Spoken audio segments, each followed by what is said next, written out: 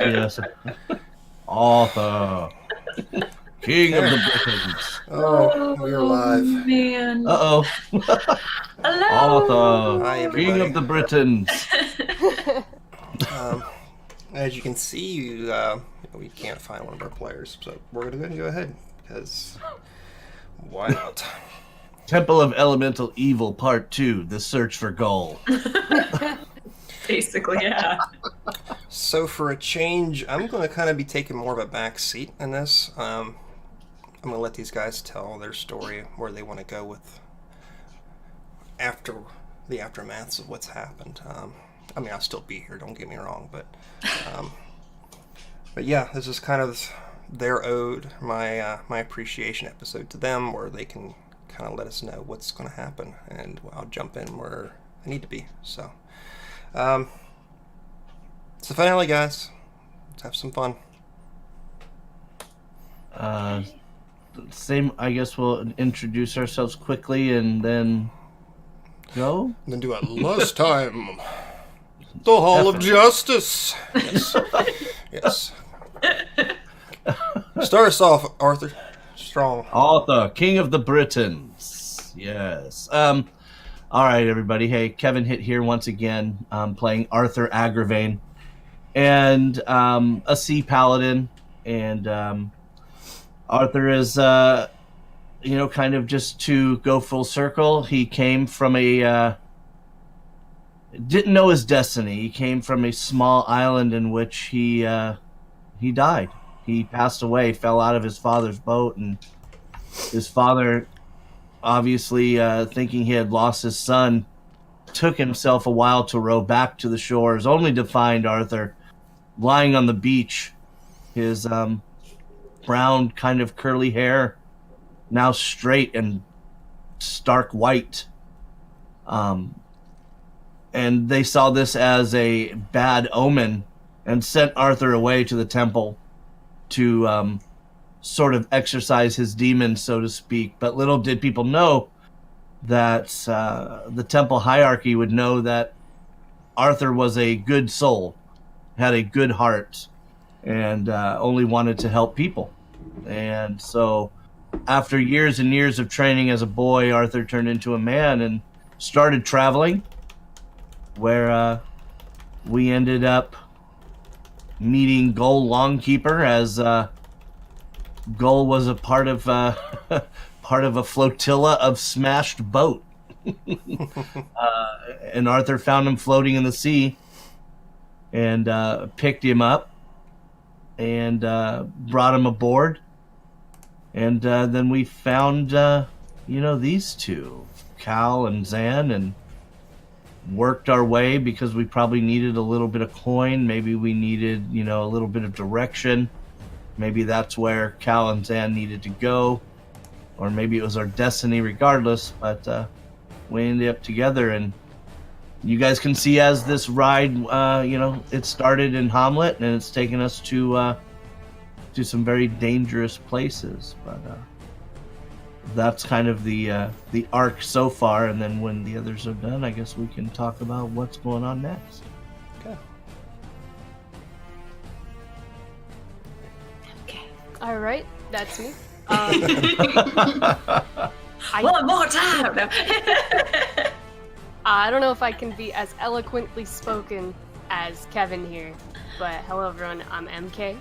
I play Califers, the bard who left his family home, where his parents were jewelers and where he was a jeweler, to join the Bard's College because his parents did not believe in his dream of playing bejeweled slide whistles.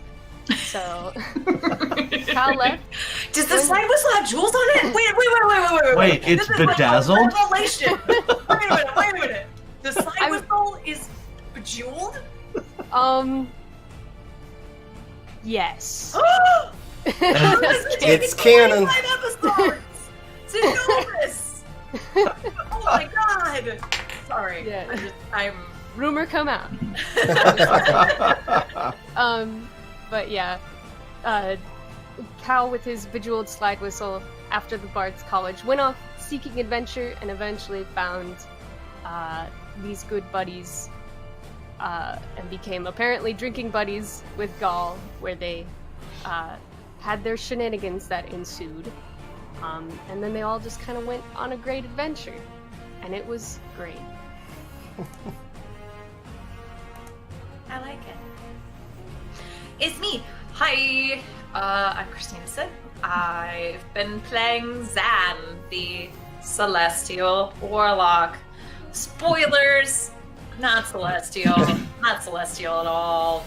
Very, very demonic. Ugh. Zan has a twin, and that twin got taken away into the abyss. And there's a prophecy, there's some things. She's not 100% about it.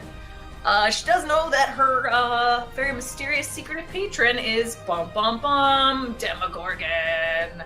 Yay, fun times. So she has some work to do if she ever intends on saving her sister, and potentially all of living things. Prophecy is fun, but yeah, she's got some things to check up on, and hopefully doesn't lose her friends in the meantime. Yep. Awesome. So, who's going to do a little recap for us? Kevin. Always Kevin. Well, No, I'm not bitching about it. I'm just no, I know. I was just thinking in my head, I am a writer for a living, I suppose. I put things in thoughts. So when we last left our heroes, a great battle had ensued. We had previously collected the things we needed to do from the temple, destroyed most of what we needed destroyed, and in the meantime secured some allies that helped us turn the tide of the battle. The Drow actually came to our aid and fought in our stead, but they did not turn the battle completely. So as Gull, Cal, Zan, and Arthur made their way back to camp, they were given a choice. The choice was, would you like to stay and fight, or you've done enough already, please go your merry way and no harm, no foul, so to speak. Well, come on.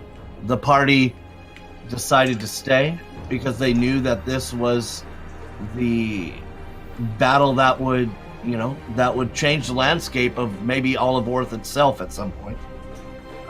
So we decided to stay, and we were all given different responsibilities. And, a great battle ensued. Zan was with an archer regiment, if I'm not mistaken. She embedded herself with some archers to throw fire across the battlefield and char her enemies to a crisp. I do believe that Cal was embedded with... were you embedded with me? Other archers, I think, as yes. well. The other side. Yes, to throw lightning across. So Cal was embedded with the archers of the other side of the battlefield, and then Gull and Arthur were embedded with some infantry, some foot soldiers, and a battle ensued. And quite frankly, it was a rout. The forces of good behind Zan charring the hell and Cal throwing lightning across wiped out the demonic army that was trying to bring Ayus back to power. And that's where we're at. The battle's over. We've defeated the great evil of Ayus. At least we think we have. The forces have retreated. We no longer can see the people that are the bad guys. And I'm assuming at this point we're all just exhausted. Maybe, shrugging our shoulders, let them stoop a little low as we, make our way back from the battlefield back to the camp. And I think that's where our heroes are at this point. And then we dangled someone, remember? Oh God, we did. Well, Yeah. there is a rumor that Arthur parties once in a great while, and wearing nothing but a loincloth and a helmet. And we decided to get the general drunk, and we dangled the general from a tree, dropping was said into it. general. Voluntarily, she agreed. She was very highly persuaded by Califris, but she agreed. Inebriation is not consent. She was down. She was down And- the pile, just saying. We tossed the general from the tree, trying to dismount like a gymnast, Caught her. and With a she was levitate. caught. Yes, with a levitate spell, Yep. because Arthur did throw Second her time out. I've used it this entire campaign. Yes. So, so the general survived the dangle, and our drunken heroes are probably sprawled out all over camp, snoring in the same clothes that they wore the day before. This hashtag thing in chat's getting out of hand. Wow. Okay, so yeah. This music's really loud in my ears. Hold on a second. Cut it off. Okay, so you guys have had the night to laugh, to drink, to do some crazy, naughty things, apparently. So we have the dawn of the next day, overlooking Emerald Meadows. Sun's just beginning to poke out through the clouds. There's that nice layer of mist sort of just hovering above the ground. And you all slowly awake, one by one. Stirrings of the camp, and still probably aching and moaning from the consumption of alcohol from the night before and celebration. So, I'm handing it over to you guys. What are you doing this morning? Lay on of hands. Unpoison yourself. Yes, to get the alcohol poisoning out of my system. And there you go. And, it would be funny if canon was that your god, regardless of who you were, would never allow lay on hands to take a hangover off of you. Oh, Cruel. Nope, you earned that one. But I will lay on of hands to relieve myself of this hangover. Excellent. Feeling refreshed. To the baths. That's where Arthur's going. Which is probably more or less just a barrel full of rainwater at this point. Yep. Perfectly fine. Cal, Zan. How deep were you in your cups last night, huh? Pretty deep. A little hungover, not gonna lie. But, thought might track down the general, depending on how bad off she is. Okay. Do you remember anything?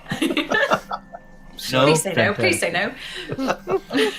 So you awaken with the warmth of Pebbles laying next to you, whose face is a little bit more gory than usual, I suppose. Having Well, there's a imbibed buffet himself out there. heavily last night of...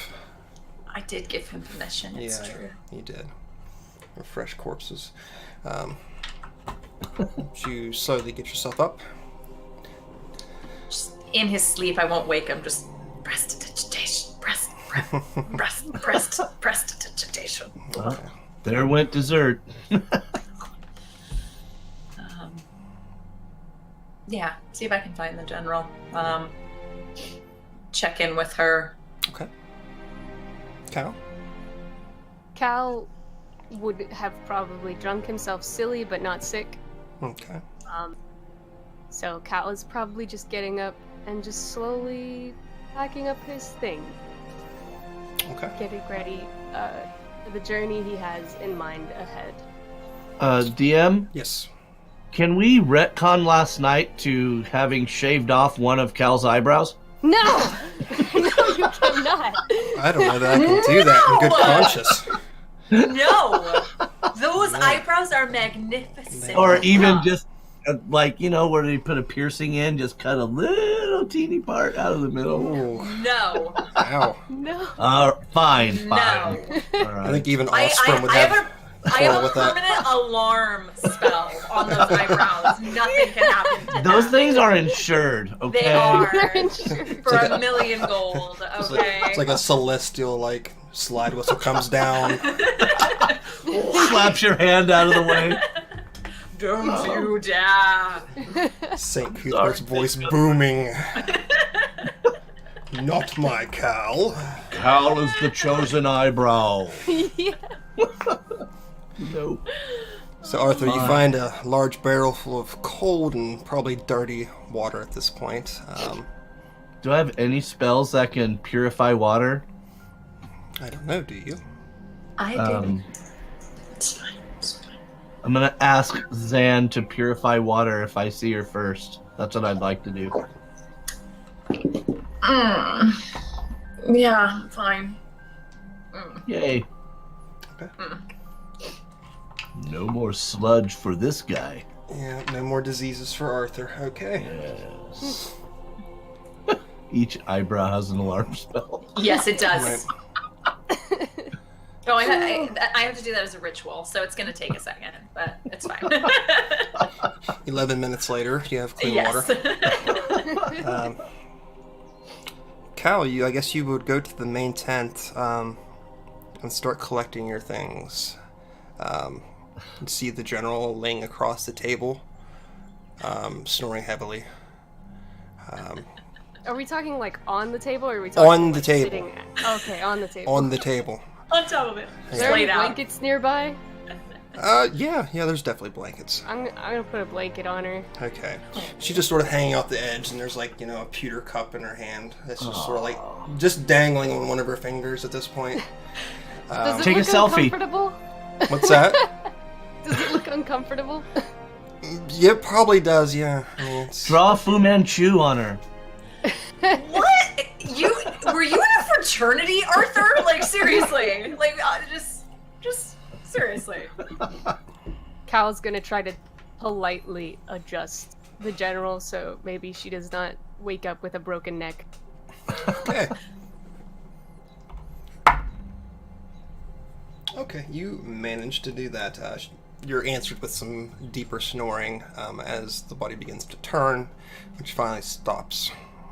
A more restful, more relaxed posture coming to the general. You begin to collect your objects.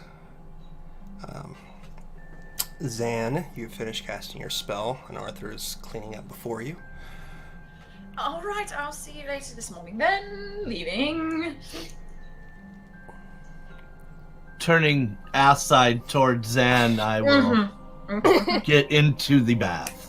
Okay. Going to my general. We rolled a 20 if I'm not mistaken. I still don't need to see you. You're like a brother. Nope. Cool. We're good. And that's the joke. I just didn't realize that Arthur was walking around camp like completely naked. Are you kidding? But hey, Heck yeah. Oh, God. it is Arthur. So Zan, you leave the Quickly avert my gaze yeah, and get the fuck out. Yep. I'll just laugh the whole time. the well-tanned cheeks of Arthur behind. There you go. Good description. Slip into the general's tent where you see the scene that I described earlier, with Cal in one corner who just seems to be slowly packing his bag up for the time being. Are you leaving? Hey, Zan. Yeah, I am leaving. Oh. Right now? Preferably. I was thinking, since we're pretty much done here and the cart is delivered and then we defeated an army of demons, I figured I would make the trek home. Oh. All right. Um.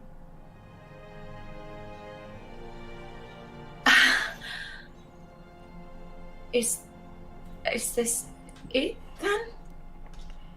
I mean, what are you gonna do after this? Well, I have some research I need to do. I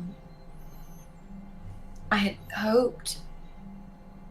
I mean, of course, you have to see your family. I completely understand.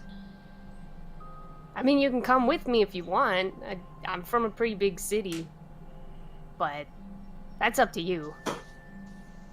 I mean, if you don't mind me tagging along. I mean, and Coral. It's very odd to say. Me and Coral, that is. Oh yeah! Oh my gosh! I forgot about Pebbles. Yes. Name. That is really weird to say. Isn't it strange? I know. It's I'm so just, weird. but it's his proper name, and we're working on it. We're working. Yes. As long as Pebbles doesn't eat anybody from my hometown. I mean, Coral. Of course. I'll let that be known. Okay.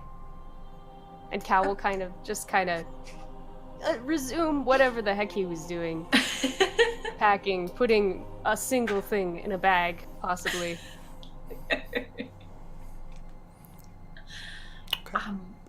Should I? You want to go now? I mean, I was planning on it, but if you've got anything you need to do, I'd be willing to wait. Could we wait till maybe the end of the morning, afternoon? Just Sure. to wrap things up around here. Yeah, I can wait. Okay. I'll go pack. Sounds good. Arthur? Yeah, so being immersed in water is, even though he has been, kind of jovial and kind of in a mood to kind of just decompress and kind of just have some fun and goof off, immersion into the water seems to have really triggered where he has come from first of all. And it's just kind of there. He sits and reflects upon everything that has happened over the course of, a couple weeks or 3 weeks, however long it's been. And Arthur knows exactly what he wants to do, what he needs to do. And that's to go home. Go back to the ship waiting for him. Or find any ship. And head back to the sea, because that's truly where he's free, truly where he belongs. There'll be times where he'll have to, set foot on land again, but he's truly only free in himself from the ocean. And he's made up his mind, and he knows what it's not even a decision, it's a calling. It's something he has to do. So Arthur, you doused yourself, going to the water's surface, sort of running your hands through your hair to clean whatever dirt and blood might be resting in them. And you look around you, and it seems as if the expanse has grown, as if the water seems to go off in all infinite directions. And you swear you see 3 piercing red eyes not long in the distance from you. Take your hand towards them in a direction and claw through them, and they sort of disappear like ink.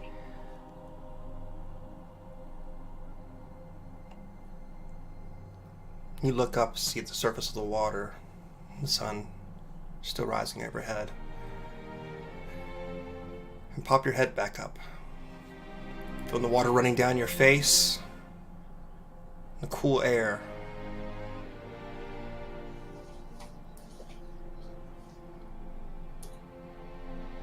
Nothing else. Everything's normal around you.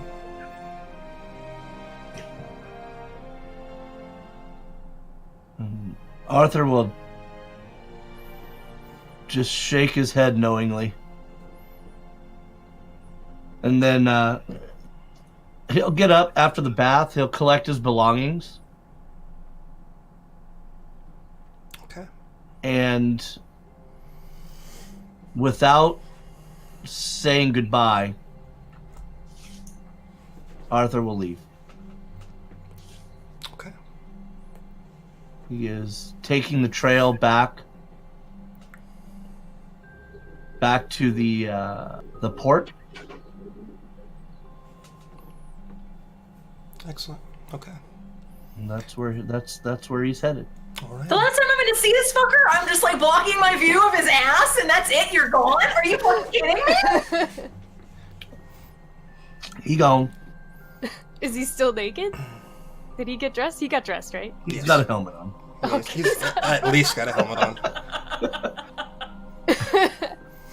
He might have taken off his head and put it on his crotch for the time being, but He will start Probably the not. first. He'll start the first Magic Arthur business in Hamlet, and then he's off. okay. Zan and Cal, you collected your things. The journal starts to stir up on her bed, sort of poking an eye out open at you. Which you? Both of us? Yes, the collective you. My head.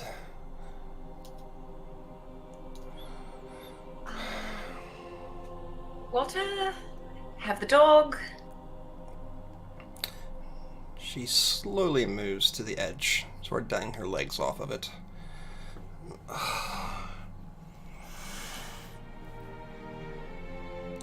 You've collected your things. Yes. You're off then, I suppose, yes? Soon. I have some things I need to learn more about, and well, Cal has been gracious enough to let me tag along on his way home. So I see. Sort of sits up and, like, the front of, like, this, I guess, this, what the hell am I trying to say here? The blanket that Cal had wrapped around her, she sort of tucks it around her tighter and gets up. Oh, I suppose your payment is in hand, yes. oh yeah, we gotta get paid. She slowly, achingly moves towards the corner, pulling open this large chest that she has, digging through it. Seemed to be full of mostly personal belongings of hers, different sets of clothing, and maybe some heirlooms or something. You're not quite sure, but she does withdraw a pouch. Probably not much larger than maybe what a grapefruit would be. Takes it in her hand and starts to walk towards the both of you, holding it out. Thank you. It is, it is a magically enchanted bag. I trust you'll find the payment worth your while. Thank you.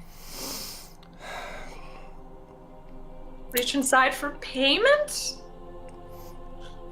What you withdraw, Zan, first is a handful of gems, of various sorts, stones and cuts. It's Cal you instantly recognize, like very, very, very finely cut emeralds and rubies. A couple diamonds, large size ones as well. You're guessing just from the gems alone, you have close to 4,000 to 5,000 gold pieces worth of stones alone.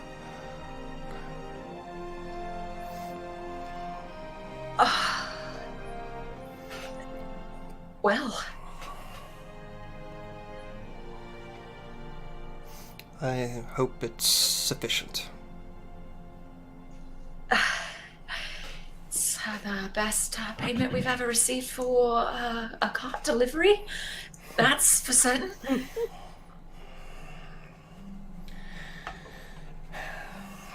We all owe you very much more than that. And I wish I could give you more.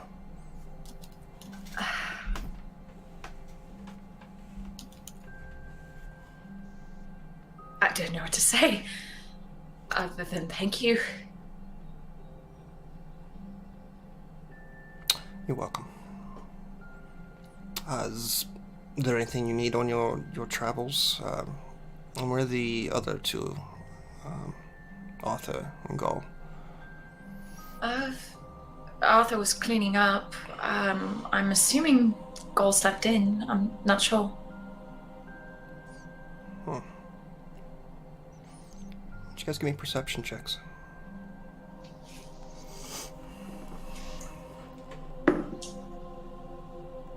Nine.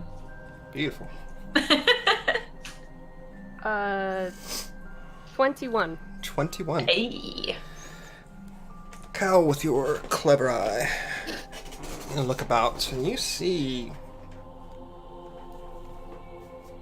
Gull's effects are not there.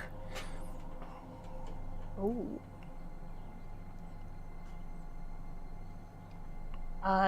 Gull's things are gone. What? His things are gone. Usually, I mean, I saw him leave his bag, like, over there last night. And, it's gone.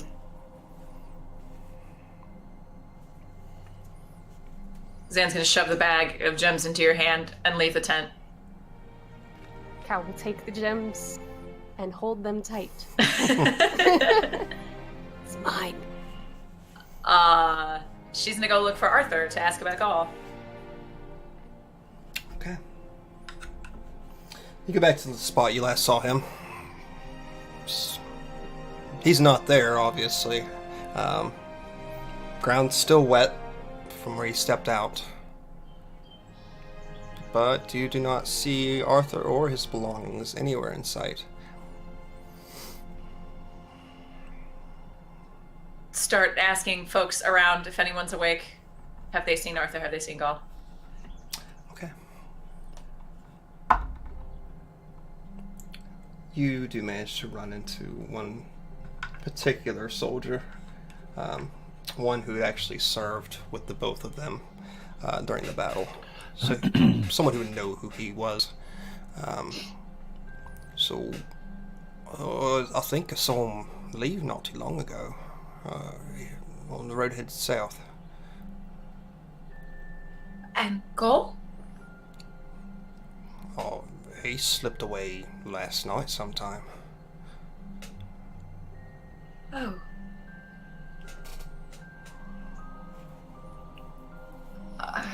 Thank you.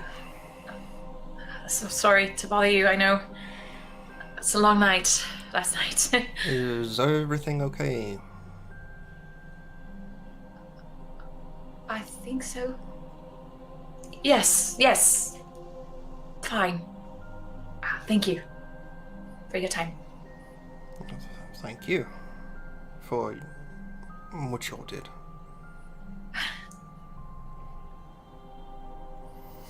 We all did what we could. Yeah. Well, I've got some. Of course. Yes. Have a good morning. You as well, Mum. Go Sam. back to the tent. Okay. Cal, are you having any conversation with the general while Xana's gone, or? Cal has probably pulled out his actual jeweler's kit and is appraising the gems while Okay. probably not. I don't think the general would want to talk in her state. If the general would be, I don't know, like small talk. Okay. I don't think What she'd want. Well, while you're appraising them, she sort of saunters over and looks down at you. Do you know much about that stuff, huh? Yeah, my parents were jewelers, and I was a jeweler with them when I grew up. Huh. She puts a finger up and then starts to walk away, as if... walks over to where her garments are, I guess I should say, and withdraws something from them and walks back towards you. As you're kneeling down on the floor, this sort of looking through these gemstones, she opens her hand in front of you, and you see this stone with a ring within it. And this was given to me not long ago.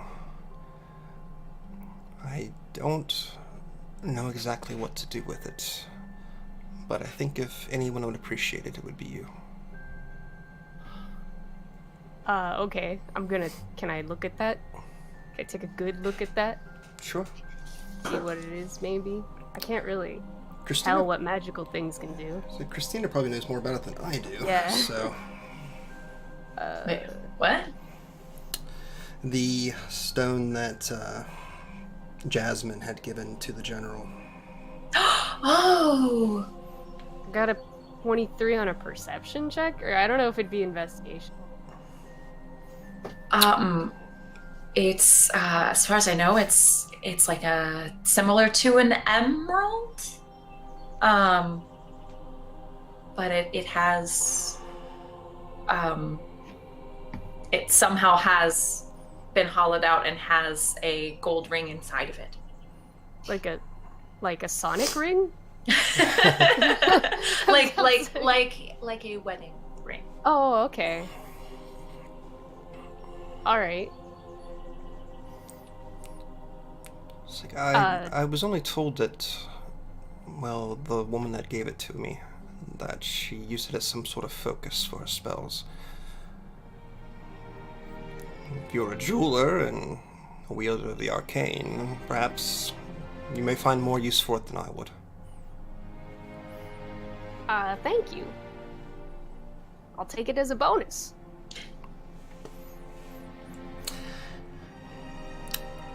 I feel that it was very important to her, so I assume that you'll take great care of it. Absolutely. You can count on me. From there on out, you exchange some small pleasantries, as you begin to take heed of the value of these gems that were for you. Your initial thought of 4,000 to 5,000 might have been a little low, as you dump the contents of the bag out entirely, mixed with some platinum, gold, stones. You're looking roughly to upwards of 8,000 gold pieces worth of gems and Oh boy. metal here.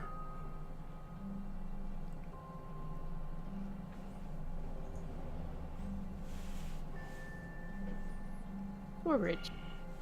We're rich, bitch. Can I swim in it? Is there enough to swim in? No, Treasure bath. not quite Scrooge McDuck moment here, but Aw. yeah. Very cool. Treasure bath. Mhm. History of the World Part 2. Anybody? No. God, it's been a while. Mel Brooks. I've seen the movie, it's just been ages. I'm old. Suzanne, you sort of come back to the scene here with Cal, who's probably quite flush-faced and excited-looking as he sits behind this pile of stones and coin. That's more than we thought. It is. It's a lot more than we thought. In fact, we're not gonna have a whole lot of problems for a little bit here. No, I suppose not. Were you able to find Arthur and Golf?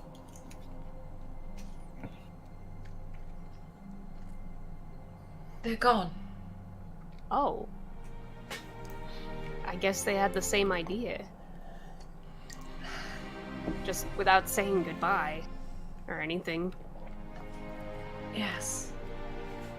Oh, clothes.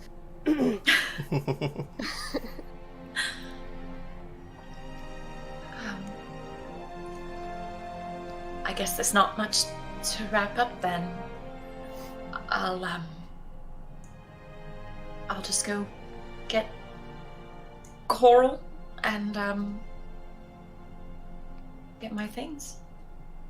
Okay.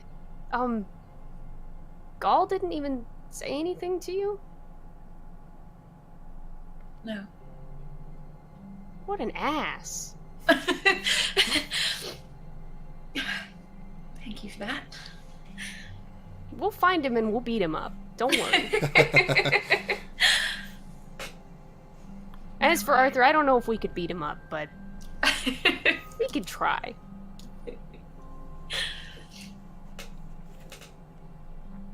I get it. Sometimes it's easier to just disappear. Anyway, I'll get my dog in my bag, and I think that's all I need.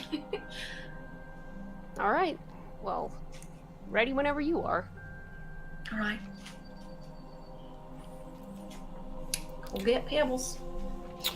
Okay, so you guys wake up Pebbles. Doesn't look too bad. He looks a little sick for the time being, but you quickly find out that he's just overdone what he was allowed to do last night. Sort of having a ill stomach from consuming too much.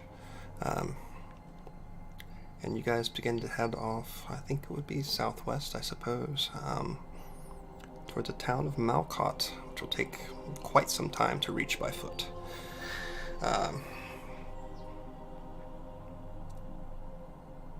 Pebbles can walk off his meal. It'll be fine. Quite.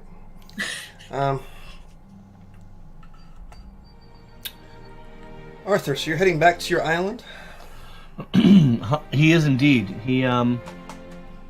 So the way that I think that it works out is, Arthur, and the others don't know it at this time, but Arthur he hates goodbyes. He doesn't like, parting hurts. He, sort of a stigma, a remnant from being ripped away from his parents in his eyes, back when he was a kid. And saying goodbye brings him back kind of to those emotions and feelings. And so you'll see he has never said goodbye to anybody. You'll notice he simply, without being rude as much, he just leaves, finds a appropriate time and just kind of goes on his way. So Arthur's going to travel back to a port city, and he's sort of known on the seas as being, the guy they go to parlay on the open seas, parlay between traders, between, people that are having, problems. And so off he goes. Off he goes back into the port, and he'll find a boat, and he'll take one last look towards the area from whence he came, and he's sad. He knows it hurts either way. He's leaving behind people that he considers friends. But at the same time, knowing, the land isn't truly for him. It's the sea that calls. As a chosen of Osprey, he knows that, this is where he belongs. And so he'll grab a boat. He'll revel in it. He'll chameleon back into some pirate that people think he is on the high seas, instead of the kind of caring, do anything for your friends type of attitude. He becomes almost somebody else when he gets on this ship, and he will head back to the island of his parents, and he wants to know, he wants to see, he wants some closure, he wants to see if his family is still alive, if they're still, I mean, were there more children? Does he have cousins? Does he have... And so he's got a lot to figure out family-wise because of, being taken away from his home so early as a kid. Gotcha. Okay, so we're going to take this scene. I'm going to drop you off at the beach. The beach where you awoke, I suppose, for the second time. And you're sort of walking across the sands, looking out on the open sea, the one that you were reborn from.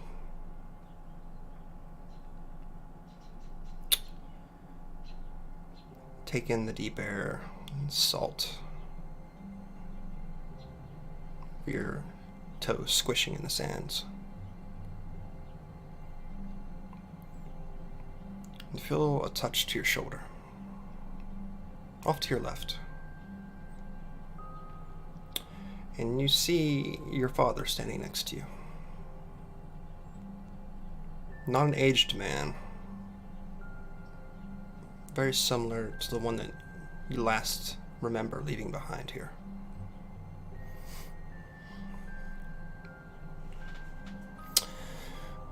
Welcome home, Arthur. Arthur's head just kind of drops, knowing there's no way this can be the true instance of his father, of what he would be, or at least thinks that. No, seeing that his father looks exactly the same, Arthur's assuming the worst, that this is an apparition, that this is a dead man talking. He takes a long breath out from his lungs.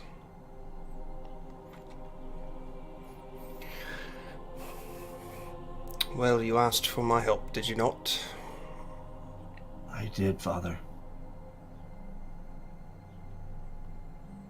Are you proud of what you've become, Arthur? Are you happy?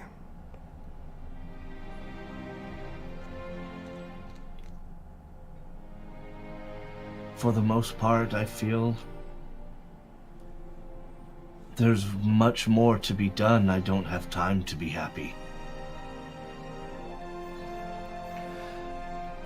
What did you come here really looking for, Arthur?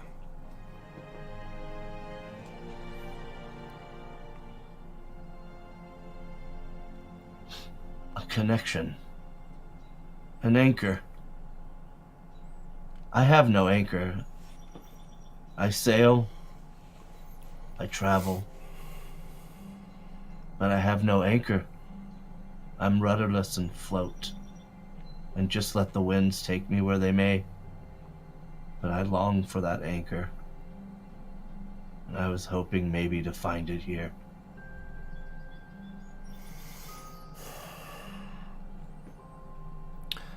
Arthur, you know your parents passed long ago, right? Indeed. You know you're a man out of time, right? I figured as much. I don't mean that your death is imminent. I mean, this is not where you belong. You shouldn't be here.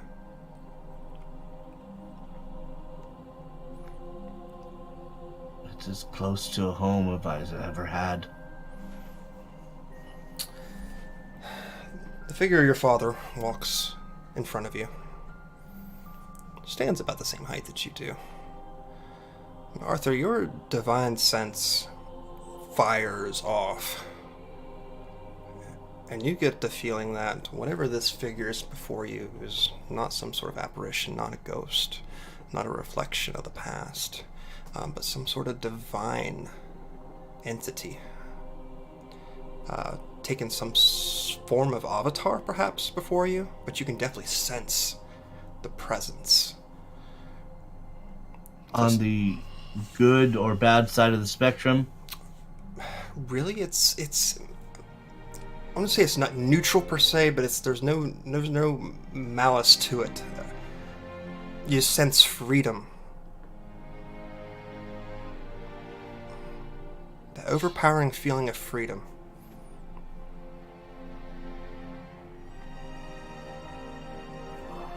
Who are you? Or what are you? I believe you asked me for a purpose, did you not?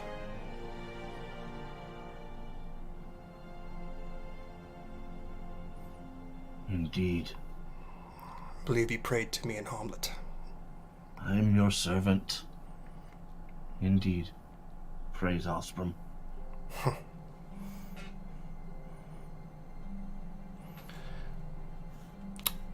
This figure sort of puts a hand on your chest and just sort of pats it a little bit. Arthur, this flesh is not yours. And he puts a hand on the back of your head. These memories true are yours, but this flesh is not yours.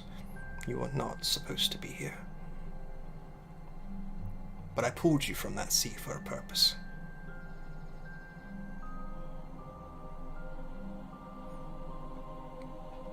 I gave you an anchor, and you left it behind.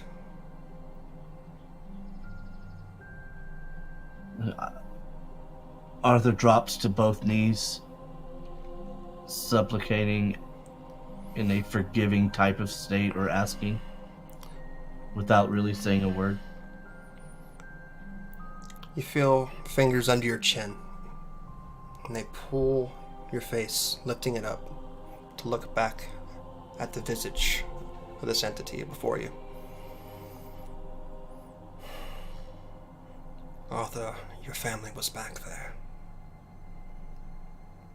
I understand you're a man of freedom.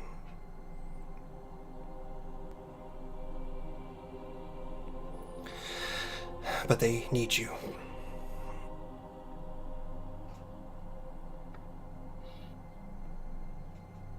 Is it your will? Oh my God. Arthur, that's sort of the point of me. I'm not here to dictate to you what you do. I'm not here to take free will from you. It's your choice. Always has been. You know my mind, my God. They are my friends, and I would do anything for them.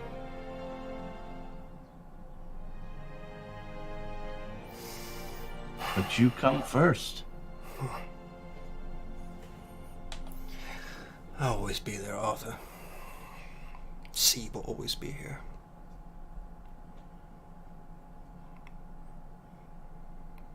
But They are good people.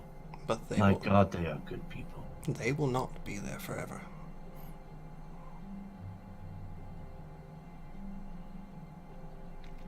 And Arthur kind of will rise up on one knee. In Arthur's mind, he's thinking this is a cryptic message of impending doom, or something that is going to befall. My God. Are they in peril? Will they soon be in peril? Arthur, there's much larger things playing here. And that young woman lies at the center of all of it.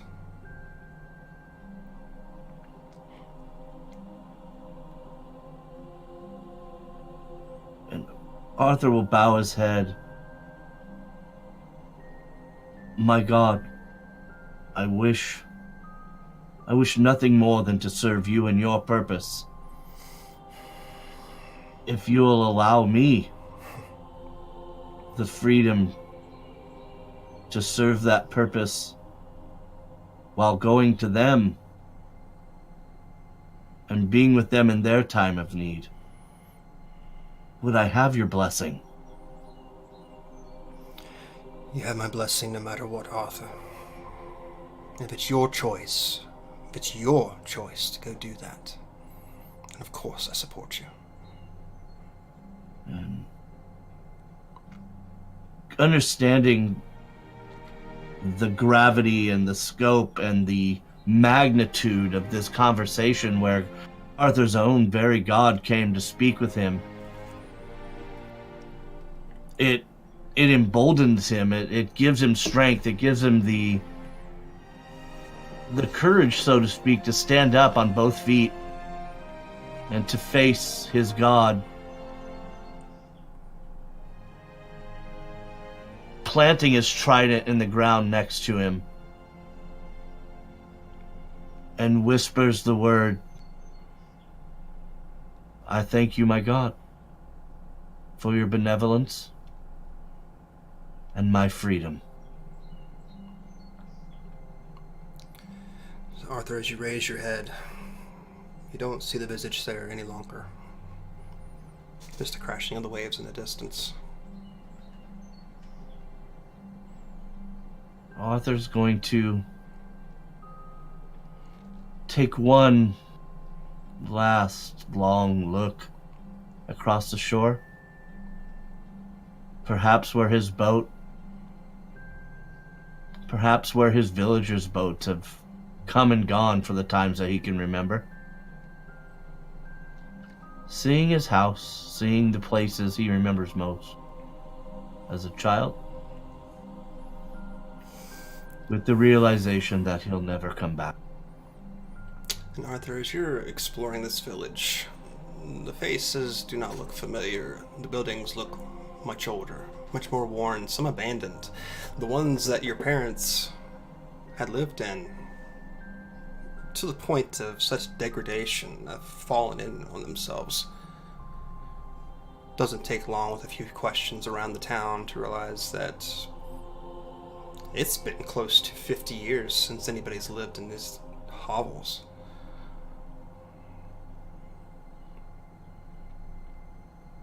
Some of the older folks seem to almost recognize you. But not the person that you are now, but of a young boy. A young boy with a very deep love for the sea and for his father. Used to go out in the ocean many times, fishing together, sharing their spoils with the village itself. They don't remember that boy coming back one day.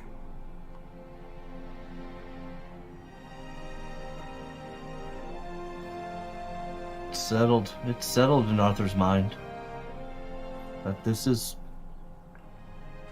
no longer the place he knew. But he had to see for himself. He had to make his own decision. And now it's basically anchors away, my boy, anchors away. And he will use every bit of the information gained and gathered from all the people he's known over, the past time since he's been gone, and the search for Zan begins. Okay. We'll cut away from Arthur. We'll narrow it down to a small town called Hardby, where the man with magnificent hair covers it with a hood and is looking out across the decks of many ships, searching for a face, hoping to find one that he notices.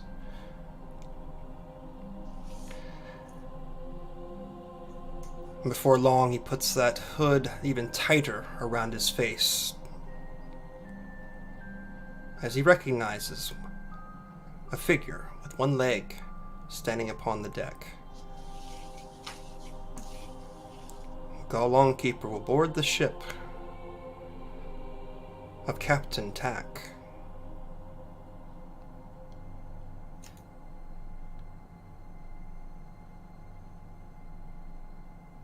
But we'll let Chris find out what happens from that.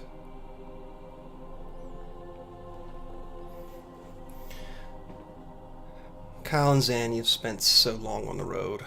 Weeks and weeks. It's been fairly uneventful for the most part. Just passerbys. Nothing too treacherous. Nothing that you all couldn't handle as a group together. And Cal, you see the city of Malcott looming closer.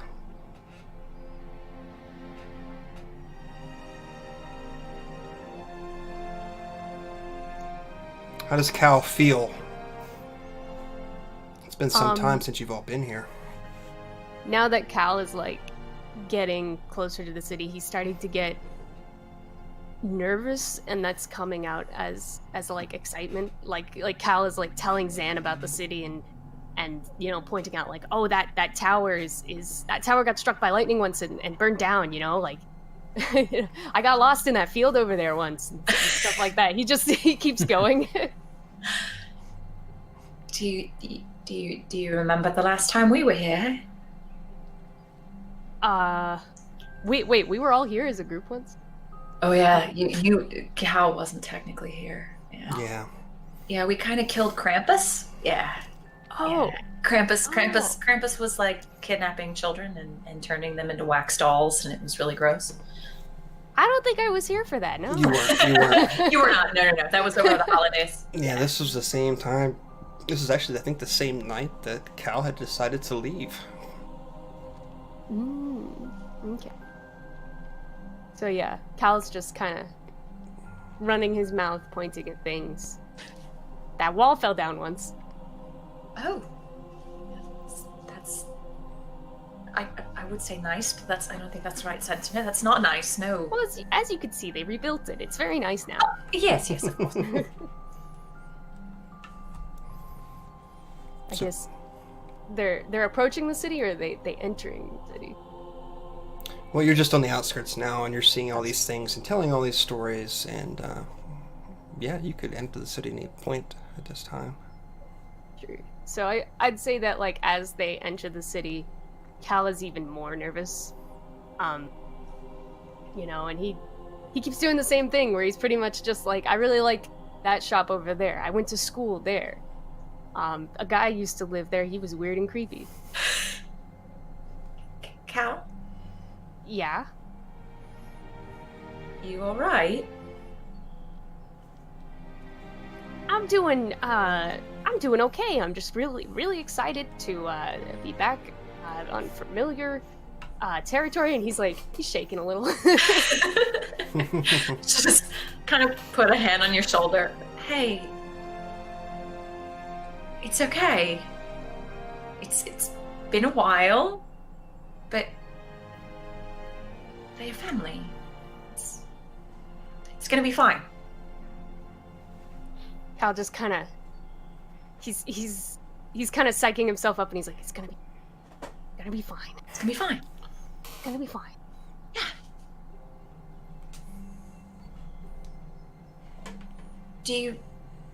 Should I can go find an inn and a tavern, and I can wait for you. I don't want to, impose on your time. That would probably be best. All right. I remember one. It was rather nice last time we were here. There was no evil. No, not at the tavern. No, Oh, no. okay. It was that toy shop. Wonder what happened there. I'll wait for you on that one. I'll get a drink and you come find me. Okay. Cal will It's gonna be fine. depart on his way. It's gonna be fine. It's gonna be fine. Okay. It takes you a little while, Zan, but you do find the inn that you all stayed at so long ago. Nothing's really changed about the area. Not a whole lot to really say about this inn itself. Pretty standard. Grab a nail. Look up and go. He tried to dangle someone up there. Arthur fucked it up. Yeah. He did. Maybe I'll Move, Arthur. dick move. I'll start doing that for like pebbles, like under my breath, like yeah, we tried to dangle someone. Arthur just fucked it up. No fun. Oh, that's so Arthur, you know. I know. Right? Yeah. That's the new spin-off. That's so Arthur. That's That's so so Arthur. Arthur. I wonder where that big lug went to anyway. Yeah. Well, they had things to do. Are you okay, Zan?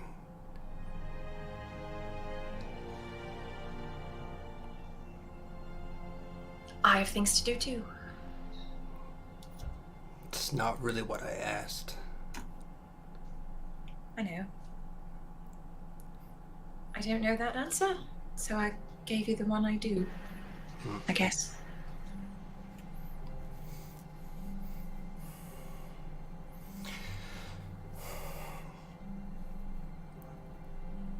I know you were really close to that guy.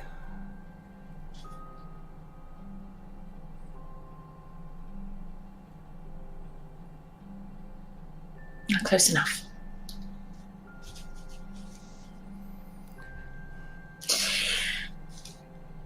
Jess, we I we don't stopped a have demon hands. army. I know. Yeah, just work with me here, all right? Here, just get him some food from the bar and put it down. Yeah, about that.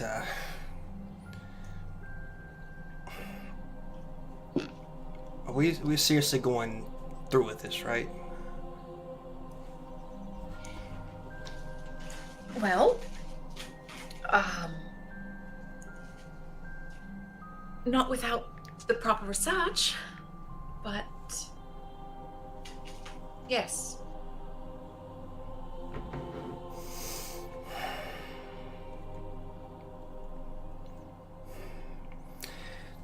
It's the abyss, and I mean, are you sure about this? I can't abandon her. Do you think this is what she really wants, though?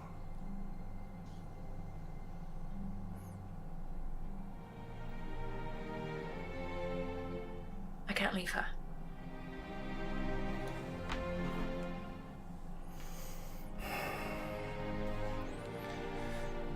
Fuck. Yup.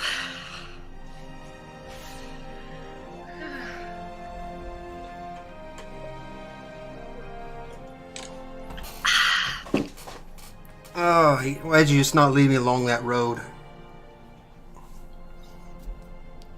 I mean, you didn't have to take the food. I'm just saying. Yeah, starving dumb animal on the side of the road. I'm not gonna take food, right? Oh, shut up. Scratches. I'm not even talking in my head either. I'm like talking to the dog. People probably think she's nuts and she really doesn't give a shit, so. Yeah, you're definitely getting a few looks, but it also could be just a lonely traveler who has taken up the habit of talking to her creature. So, you get a few confused, some concerned, some... it happens.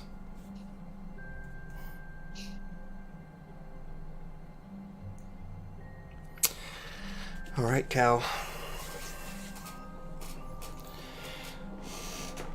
You come upon the old manor house of your parents. Not much has changed. Still see the same old brickwork, same neatly tended gardens, even the same servants working them. And there's that clutch in your chest. You've arrived.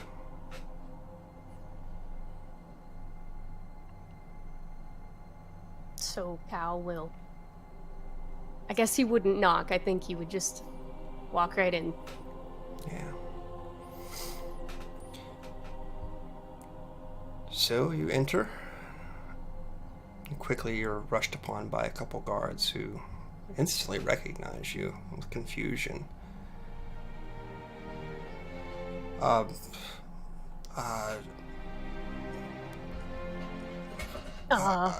Yeah, you've been gone so long, Master.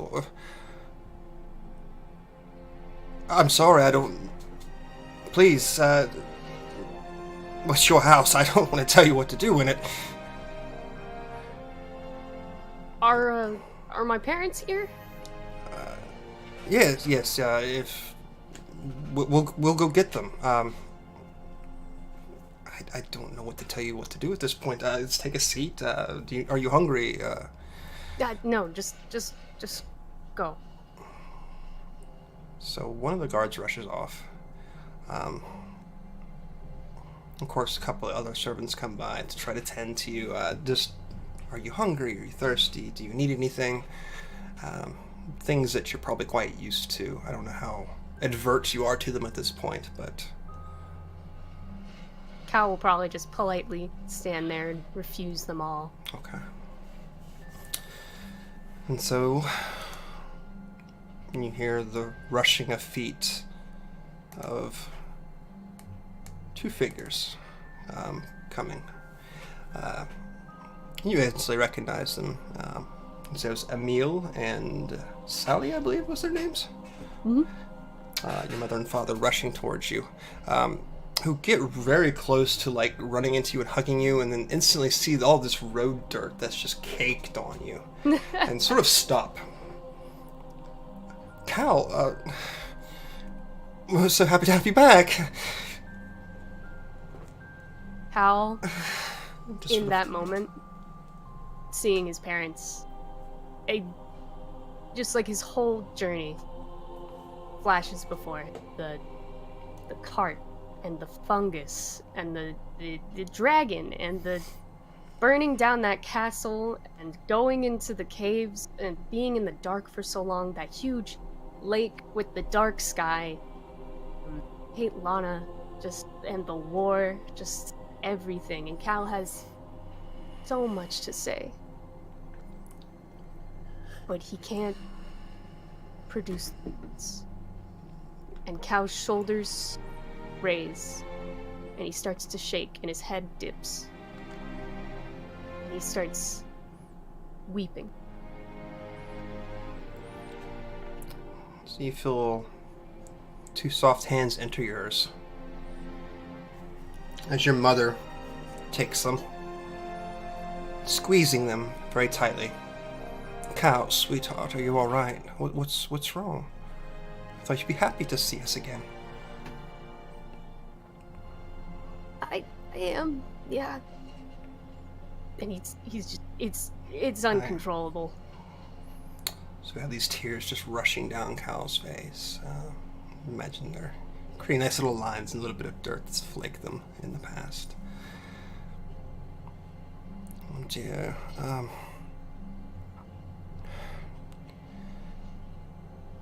You look famished. You look so tired. Why don't you go to your room and we'll draw a bath for you, get you some fresh clothes. Before anyone can sort of pull away, Cal's gonna put his hands on his mother's shoulders, rest his head on her shoulder, and very quietly, very, very quietly, so just his parents and him could hear, he says, "I'm sorry. I'm so sorry." And you feel a hand move behind your head and sort of like curl into your locks of your hair as she pulls your face closer against her shoulder. Her lips meet your cheek. What are you sorry about? He just keeps repeating it. She takes a long sigh, holding on to you tightly. her other hand beginning to pat your back. And she stands there just holding you. Father off to the side, looking somewhat awkward. Not quite sure what to do in the situation. His hands sort of going in front of him, cupping his hands to going behind his back, and he sort of paces around the scene, not sure what to do. To finally feel the hand leave your back and off to the side. She's motioning to him. And the three of you sort of embrace together for the first time in a long time. And start to feel your mother's tears begin to wet in your shoulder. So three of you just begin to stand there and hold each other and weep.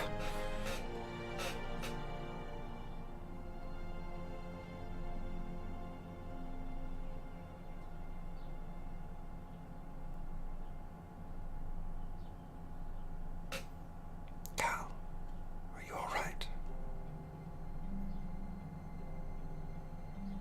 Yeah. I am now. Are you going to stay now? I've got, some responsibilities to some friends, but I'm going to stay in town for a little while. You and your friends are all welcome here. You know that, right? I didn't think about You don't have to go anywhere if you don't want to. You know that, right, Cal? this one's important to me.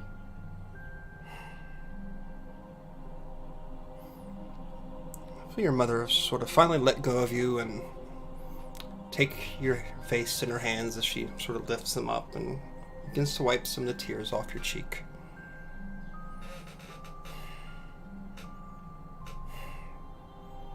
This was never your home, was it? It may have not been, but I hope to make it my home.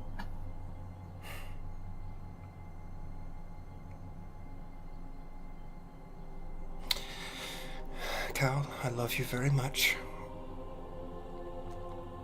And I just want you to be happy.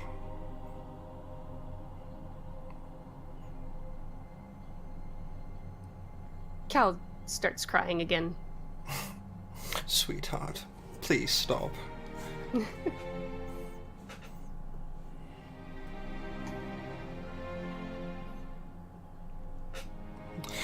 she finally laughs and takes you back in her arms once again, your head back on her shoulder, and just hugs you. Sort of rubbing your back once more, and it's alright, sweetheart, it's alright, let it out.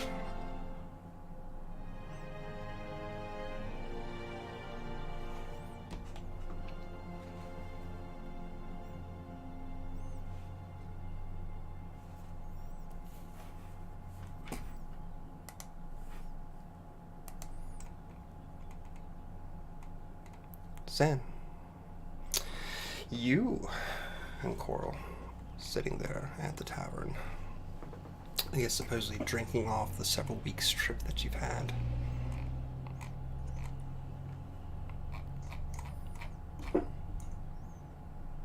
Sort of grown silent for the time being.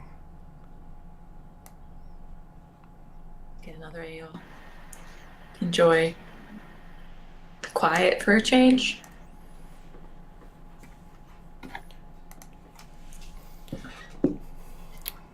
Arthur, you've been on the seas for some time. It seems as if the winds themselves have guided you in the direction you make landfall. Drawn to the city of Malcott. You know this place. It's been some time, but you know this place. You know Cal was from here. Sort of laugh at yourself, of course.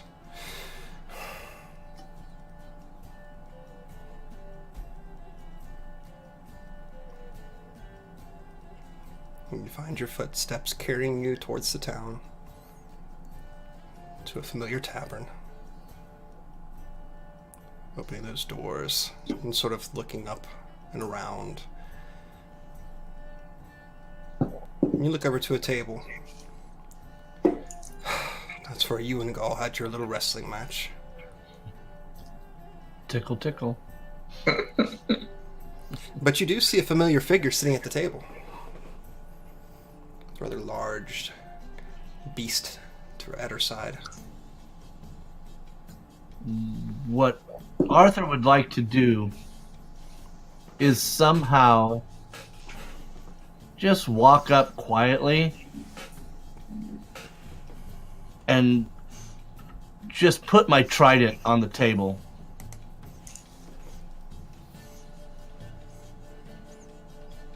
Without her seeing me, if that's possible. I mean, maybe we should do perception versus stealth or something to that effect, or... Yeah, we can do that. Sure. Because all I want to do is... Her perception sucks. Well, I got a 16. Excellent. You rolled a 16? I rolled a 15, but I get +1. I rolled a 16 and I got a +1. So I got a 17. Oh, this bitch. Wow. Well, I guess the jig is up. But I will slowly walk towards the table that Zan is sitting and just sort of present myself to her with no words. Just smiling at her while she's sitting. And ask, is the seat taken?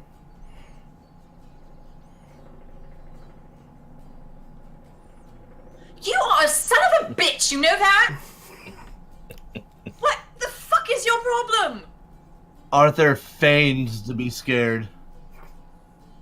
You just leave? Well, hello to you too, my lady. Shut up! You don't do that, alright? I think she needs some more ale. You don't do that. Alright? He looks at you with knowing eyes, but his words are different from what he looks like. Well, this looks like a fine time to start our drinking. And Arthur will sit. And as he sits, he'll just give her a slight tap. Just one. And he'll sit at the table with Zan and we'll get shit-faced all night if that's what the plans are. You're not getting your share.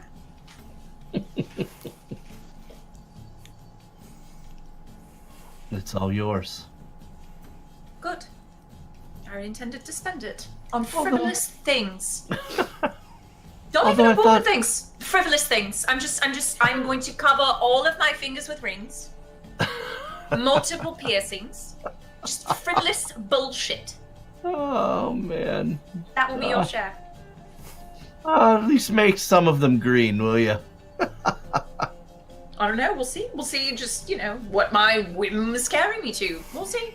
Well, I thought for certain that Gull might be the one to take my share, but I see that didn't happen. Yeah, he's a son of a bitch too. Gull Longkeeper. Not a man to stick around. No. He's a free bird.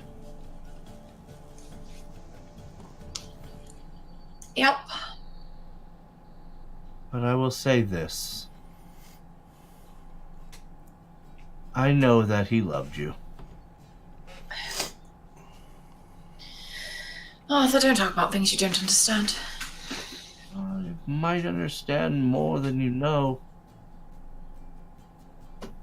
But perhaps this is a discussion for another time and we should just drink ourselves under the table. Keep your clothes on this time? Ah, you saw I was looking for a helmet. Perhaps, No. nah. Oh. Well, once again, hello, Zan. I'm glad that we could be together again. Hello, Arthur. Better late than never.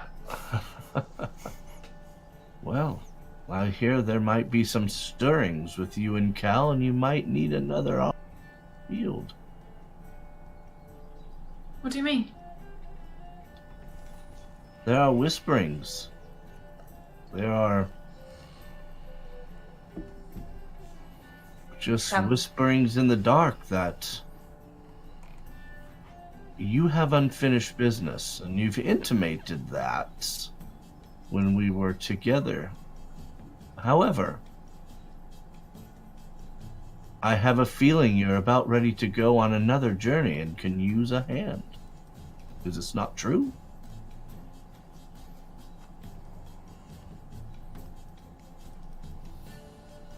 I would not ask that of anyone. A perfect answer.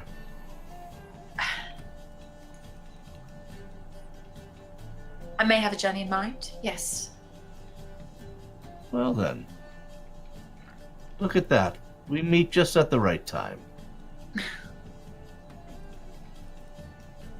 And where's that wonderful human with the eyebrows? Is Cal still around? He has family matters to attend to. It seems in one way or another we all had things to deal with.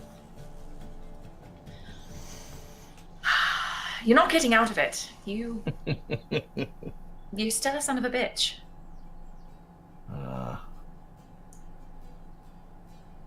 So how long did it take you to get here? Several weeks. And how are you really, Zan?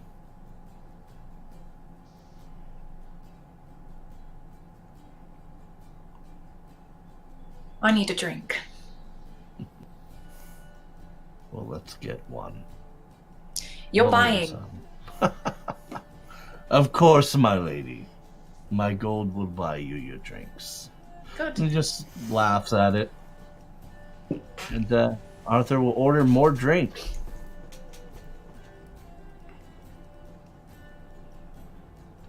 Okay. So you all, I should say you both, begin to drink deep of your cups.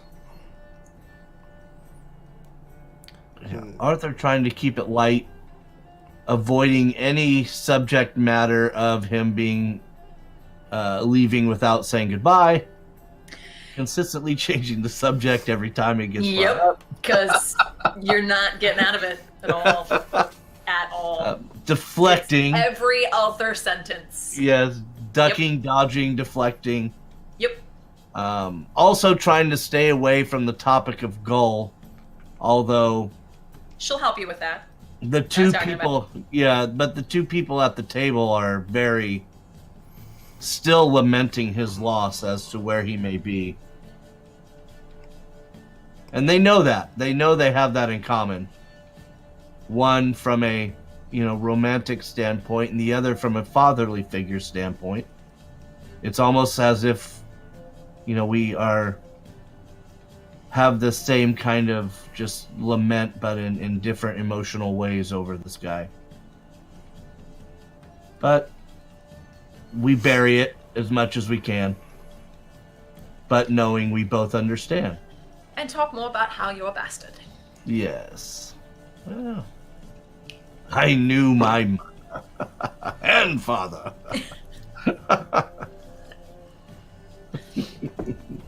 Okay. I think with that, we'll go ahead and take a break real quick. So we'll be back in probably 5 minutes or so, and then we will continue on with Cal. So, be right back.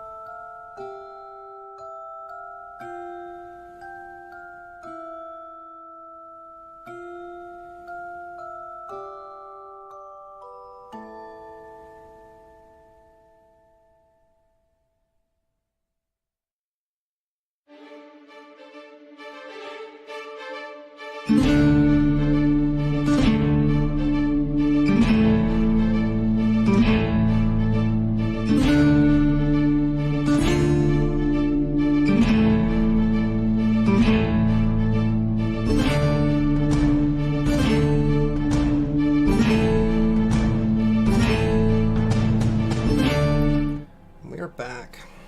Yeah. Okay. So Cal, you get cleaned up, I suppose.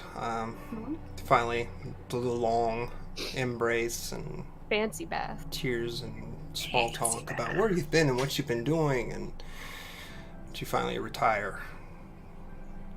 Some of these new clothes on and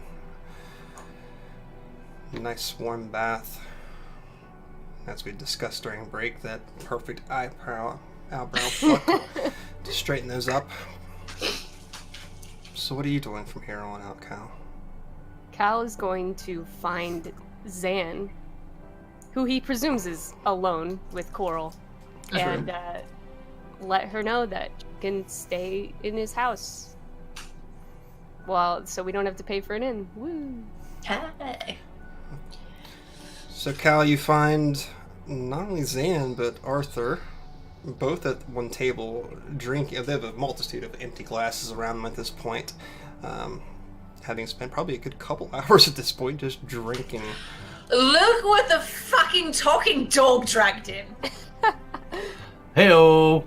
Cal, what a greeting. Cal's gonna march over to Arthur and start just like punching him in the shoulder. Just being like, God damn it! You didn't say goodbye. And Arthur oh my gosh. You know playfully what, swinging I'm not back. gonna tell you what your share is. No, he doesn't get it. I already told him. We're gonna buy things with it. Awesome. Just stupid Oh my shit. We're just God. gonna buy a bunch of stupid shit with it. And I he can think- just sit there and be like, that's my share, right there. It's just sparkling on my fingers. Buy yourself a crown. Okay. I Cal- just might, and I'll just wear it all the time, and you can just know there's your share for saving the world. Cal's gonna And start. I can call you princess the whole time. Fine by me. Yes, Cal's princess. gonna start dragging his friends out of the bar and like towards the house, Where are we explaining going? on the way that like you can stay at my house. We don't have to stay in an inn or a tavern. Just like out of like Step Brothers, I'm gonna like Really hit drunk. Zan in the shoulder and then go on the other side of go on the other side, reach across. Mage hand, just like smack him. That's a cantrip, right? Can Yes, Cal it is. Fireman carry Zan. You can do that all day. Roll a I'm strength fine, roll. I'm fine. Just I'm gonna roll a strength roll to see if I can scoop up Zan. Sure, No. go for it. Hey, Oh gee. What is my strength? It's bad. Okay, that's a 7. it's probably better than mine. Mine's a -2. You ready? Here we go. With disadvantage since you're drunk. Yep. That a boy DM. I rolled a natural 20 and a 17. Oh, So 15. what were you trying to do, I Cal? was trying to just scoop her up so she would stop punching. It's fine. It's fine. Hey, that's I'm a just- plan. Arthur's gonna try to pick her up and run around with her and No, twirl her and make her no. sick. God damn it! Stop it! Yep, let's go. No. Going to try to physically stop this. Ooh, that might be Jesus. fun. Well, what should we do, DM? I rolled Oh an my God. 18, It's like a 3-way counter here. 2. so maybe add theirs up. I got an 18 plus. I have a 19 or a 20 strength. I forget. Well, so we got a 6 and a 2, so I think Oh, I win. I'll Yeah. pick them both up. Hell, You don't know where I I live. probably could actually with your Yeah. strength. I'll pick them both up and just start spinning them. Stop No. it! Stop it right now! Stop it! Woo! If you want to be useful, use that thing where you get rid of the drunk. And so Yes, I'm not princess. drunk when I meet Cal's Yes, parents. yes, Your Highness. Ugh. Come Spin, spinny, spin, and then I'm gonna put him down and watch him walk. on. Ugh. Fuck you. Ugh. Oh, Okay. do they have to do an so- athletics check to stay on their feet, or are they gonna eat it? Because that'd be fun. I can do this. I I think can be drunk and meet rich people. I can do this. Ugh. So I could have Zan make not only a dexterity check, but also a constitution saving throw. Oh god. Oh no. Stumbling and barfing. Way. All right, here we go. Should I roll acrobatics? Sure. Jump out of the way, maybe. All right. I'm just laughing. All right, con save first. Let's laugh. Oh. 10. Okay, that meat is coming up.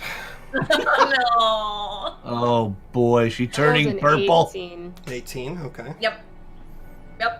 Hopefully that Barf. 18 also keeps me away from the barf.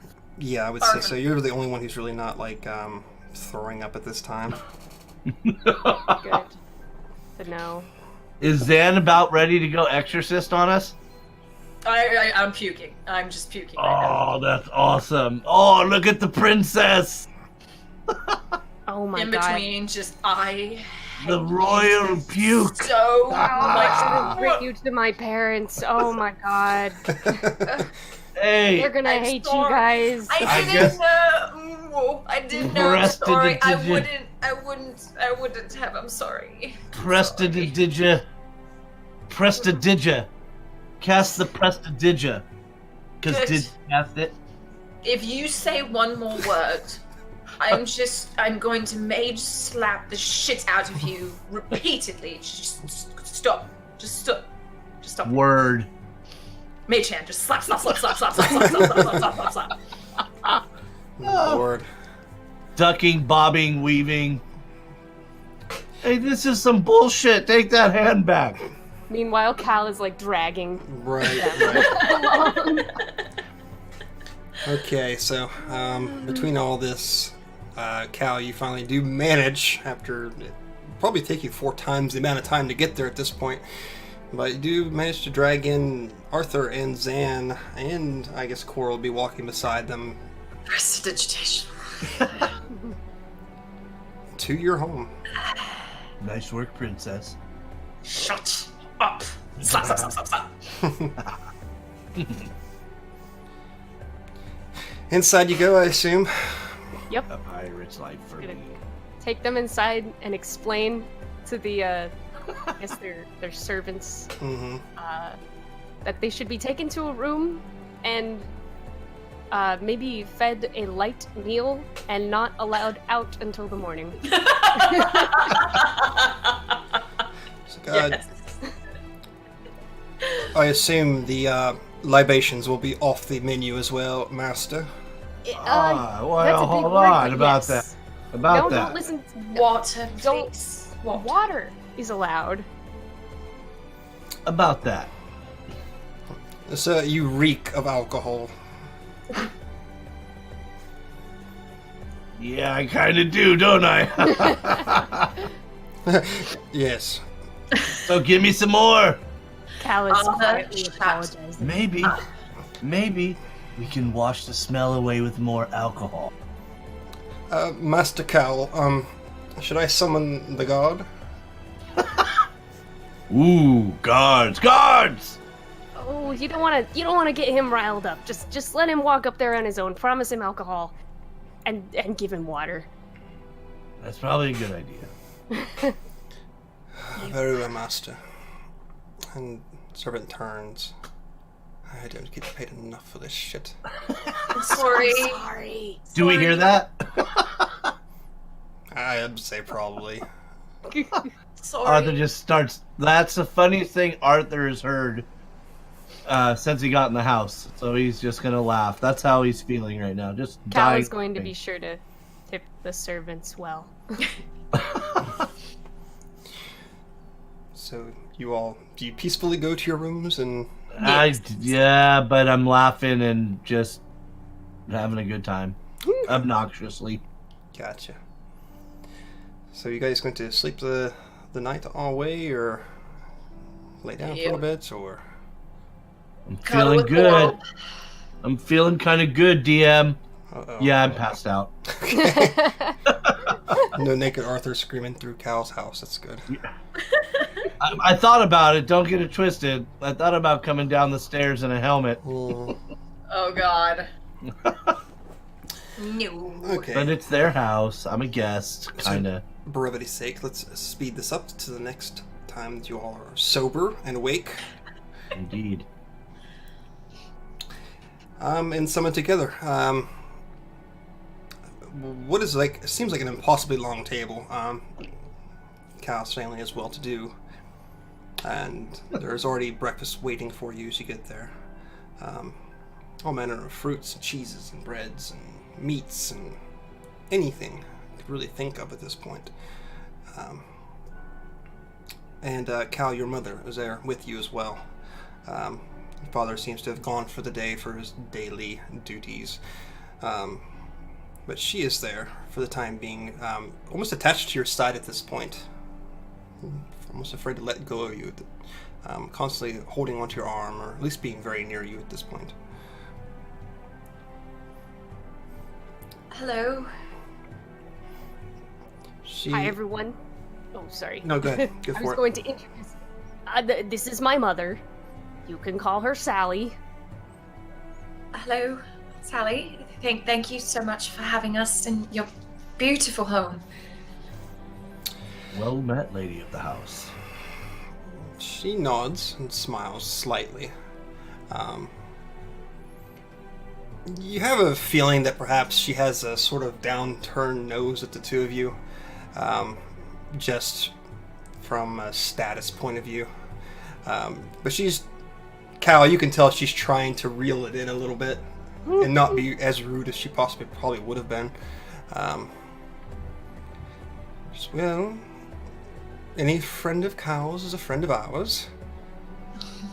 And what is that? And she looks like at your side, Zan, at Coral, who's sitting next to you. He's like, this bitch just called me a that. Just in my head. Shh. They're talking. She can't hear me. You know this, right? I know, but no sudden movements. You are a dog. Remember, you are a dog. That's all you are here. For Cal's sake, you are a dog. She dies at meeting her first, okay? Just saying. Fine. This is my dog, Coral. He's very well trained, and he won't be a problem at all, isn't that right, Coral? A Dog. hero of the Battle of Meadows, no less. The dog just sort of dead-eye stares Sally.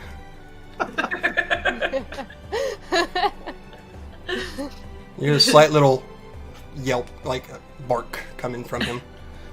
This dog helped turn the tide of the battle we had months ago. Have you heard of this battle? No, I have not, actually. Cal had mentioned a battle, but not really anything about a beast aiding in it. Well, I think someday you will Forceful come to searches on. I think someday Coral. you come to find that this battle, this mere battle, was much more. And so I'll leave you to it. I'll leave it to your thoughts, but the truth will come out.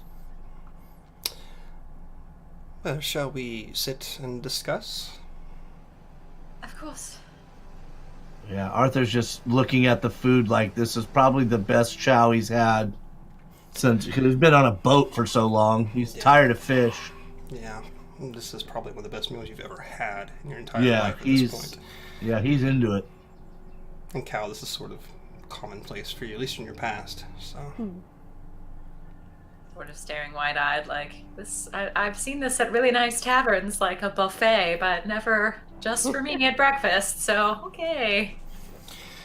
so Sally takes the napkin and sort of lays it across her lap. Well, I'm sorry, I'm not good with names. She looks at you, Zan. Xanthus, Zan. Xanthus, Zan, okay. Where do you come from, if you don't mind me asking?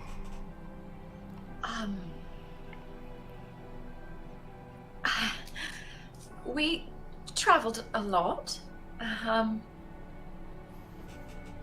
More, more recently, Just sort of staring like helplessly at Cal, like help, help, help, help, help, help.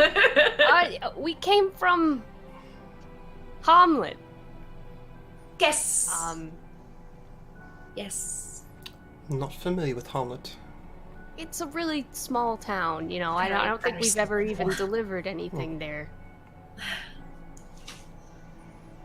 It's a very peculiar thing to say. And she looks over to Arthur. Well, you've seen better days, it would appear. My lady, I am Arthur Agravain, at your service. Well, at least you have manners. I appreciate that. Where do you come from, Arthur? I come from a small island, south and east of Hamlet, south and east of Greyhawk, I would say, the big city. And now I am simply a leaf that floats on the winds, going where I am needed. It's been some time since I've been to the city. But seems we are stuck here for the time being with our business. Perhaps if Cal takes it over one day, we'll be free to go there more often. Well, in fact, I think our travels may soon take us there. Truly. And for what purpose would that be? I am a bit of a scholar. I intend to do a bit of research in the area. I see. There are some libraries here as well, you know, if it's research you're looking for. Some of the finest in all the Flanace, I would say. I may stop in, but I think what I am looking for may reside there.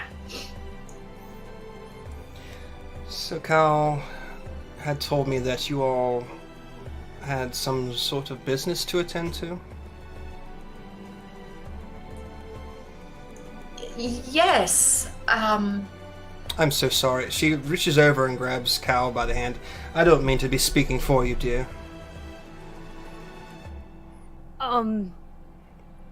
Wait, who's speaking for me? I'm confused. Your mom. No, I mean, I know it's my mom, but like she's just asking questions. I didn't think that would be her speaking for me. Just talking your business. Oh, my business. Yeah. Cal just kind of is the. Yeah, we're working on a missing persons case. Yes.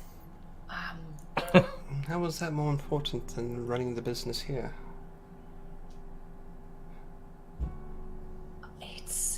It's a personal matter, you know. I these are my friends. I'm very close to them. I care about them a lot. And so I feel like it's important for me to be able to be available to help them with things they need. I suppose that you'll be going to Greyhawk as well, then? Yeah. I see. Has anybody taken a bite yet? Because Arthur's staring at the food. I don't think anybody's eaten yet, no. Oh, no. So Arthur's got the napkin in his lap, just kind of rocking. Do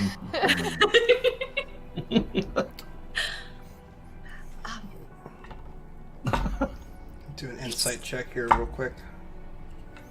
She looks to you, Arthur, and she seems to notice your anxiety. And she plucks one of the grapes from the plate and... Please, eat. We know it's on when the lady of the house is taking the first bite, bro. Right. That's all he needed was that shot start. He's gone now. He's into it. compliments to the house, my lady. And he's just in it. Done. Cheeses, meats, grapes. If there's any fish, he'll pass. But everything else, he's looking for breakfast meat is what he's looking for. Right. Oh, yeah. Oh, yeah. He might be a little sloppy, too, because he's never had this before. And he just keeps muttering, asking for forgiveness for his manners as he continues to... Yeah, and she's got that second grape to her lips, and she sort of watches you and just... Oh, no. Yep. We're all for appetite. Yep, I'm gone. Eat all. I'm going to eat to excess, DM. Okay. This whole freedom thing, Arthur's struggling with it just a bit.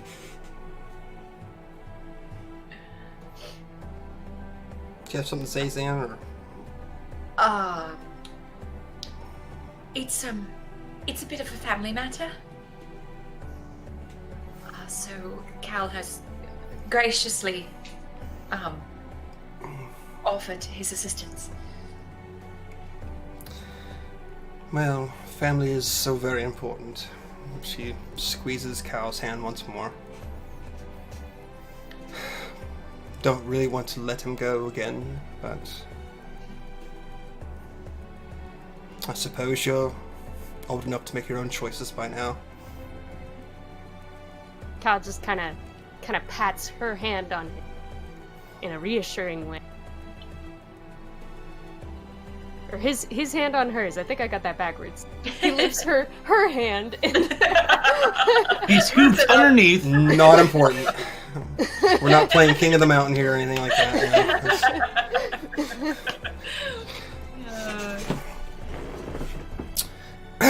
Well, I'll let you all eat. Cal, sweetheart, just find me when you're done, please. She Will do. slowly stands, and it's a pleasure to meet you all. Thank you so much again for having us. Arthur will stand when she stands. Okay. And she gives a curt smile and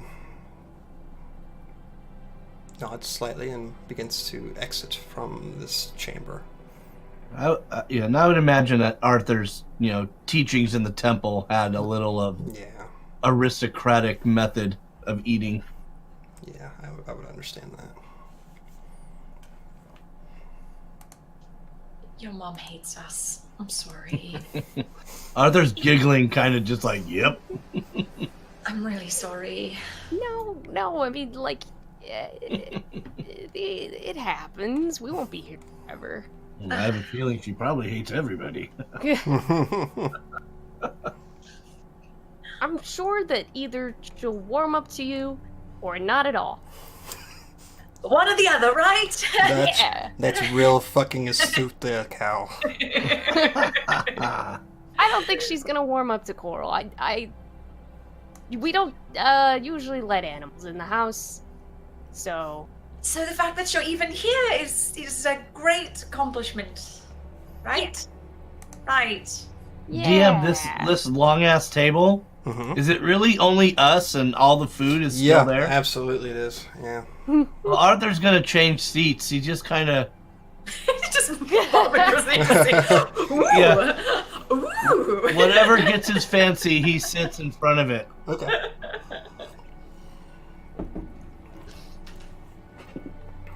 Oh, I love it.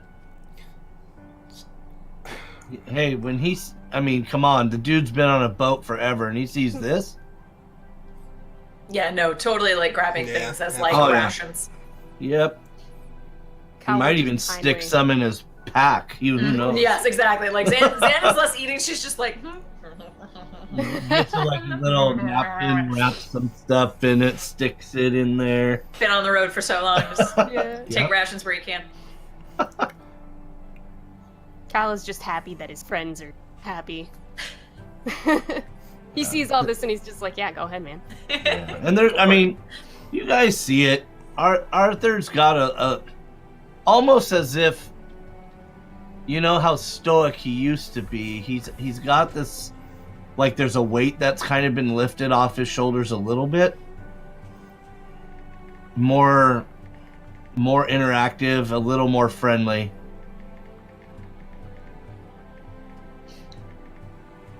That's about it. Not crazy though, unless he's drunk, but we've all seen that before. And Coral will sort of put his paws up on the table and grab a large mouthful of bacon and pull it off there and just sort of angrily chew on it. No! The guards might give him a bath. Arthur's going to get up, go over to Coral, and mockingly choke him out, saying, "Give me that. Bacon's for humans, man." Drop my dog. I'm not, I'm just playing though. He knows I'm not like choking him for real, just kind of goofing off. So you kind of do that, and before you realize it, Coral has blinked to the other side of the room. Ah! And sitting there chewing on it, just dead eye staring at you. You? Ugh. Bacon's for people. And I'll go and sit back down where the nearest bacon plate is. And people are for dogs, Arthur. I'm going to stare at him and eat bacon right in his face, too. I'll have a staring contest with Coral. Fuck it. Good deal. Two things, eating bacon, staring into each other's eyes. I should be playing the love music now, shouldn't I? I mean, I may be able to do some research here, like your mother suggested, but I think most of what I might be looking for will be in the city of Greyhawk. People that might have a better understanding of what we'll be undertaking here. It sounds like a plan, Zan.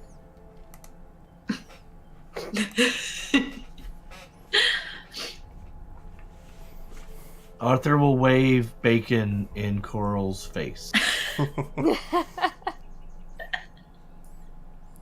Don't tempt me.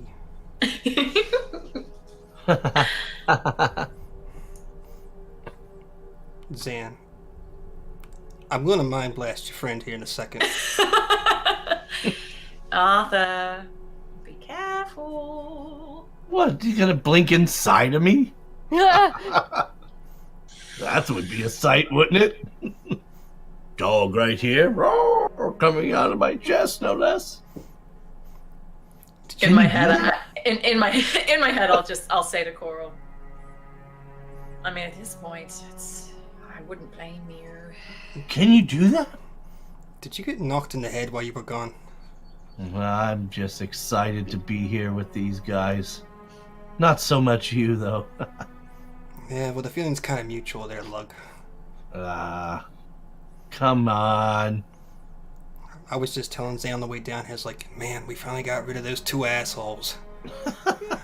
And Oh, we all know you want Zen for yourself, you bastard. you had to go and make it awkward, didn't you, Arthur? He's my dog. Yes, he is. And he's a fine dog.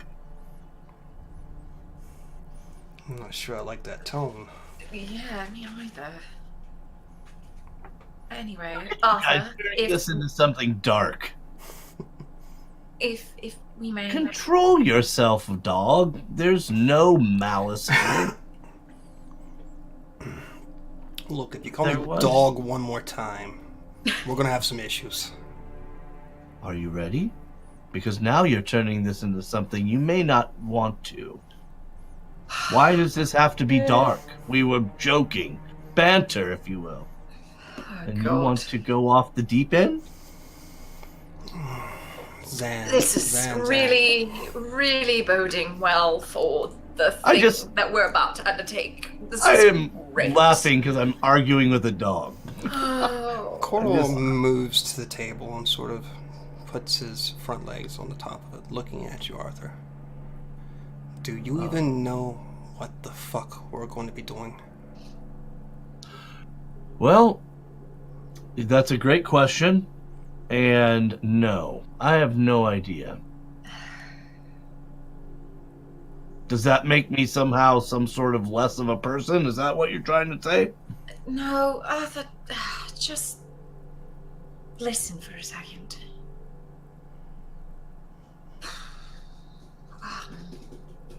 Sort of looking to Cal, like, help. If we're gonna discuss this, we should probably discuss it away from the house. The walls do have ears. Right. And if we're gonna prepare for a trip to Greyhawk, we should probably start our preparation. Right. Okay. Well, my preparation will be to finish as much as I can on this table, and then I will meet you. Okay. So all got your bellies full, your belongings together. Cal, do you even say goodbye? Do you just leave? Cal is, before they leave, Cal is going to take a moment to go to, I assume that the family would have like a jeweler's sort of crafting station. Oh yes, sort absolutely. of in the home. Absolutely. And he's going to take a moment to craft something. Oh, okay. I want to create how do I put it? I want to create like a neck sort of. I want to create numbers. 5. Jesus. 5 of these Okay. sort of necklaces that are all matching and sort of they've got an intricate little a jewel on them, specially cut. Okay. So it's nothing that's probably too beyond your skill. Nothing super fancy.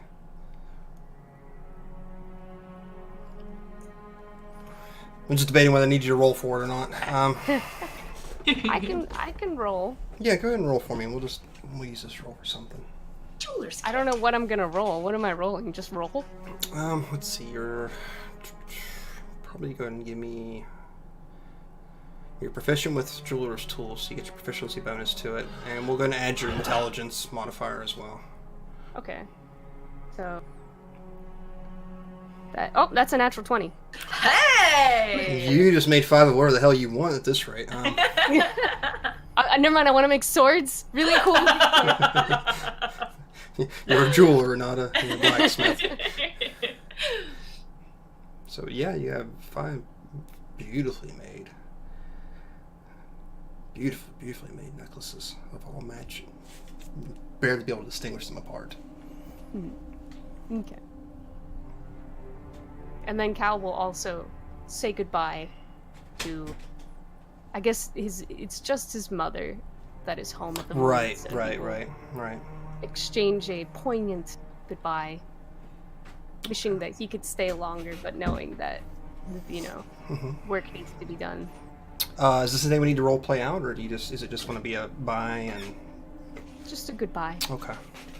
So with the understanding that you might be coming back someday, probably Definitely. a little easier, probably more of a parting that way. Okay, so you all have gathered outside the homestead.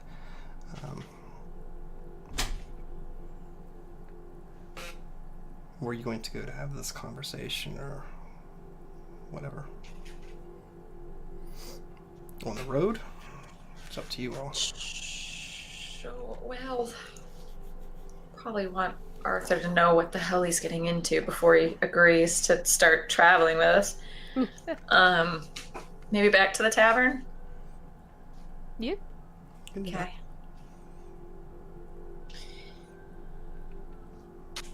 Well, so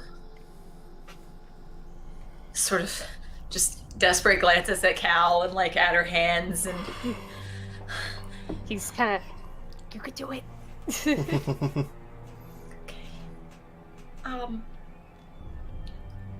So, I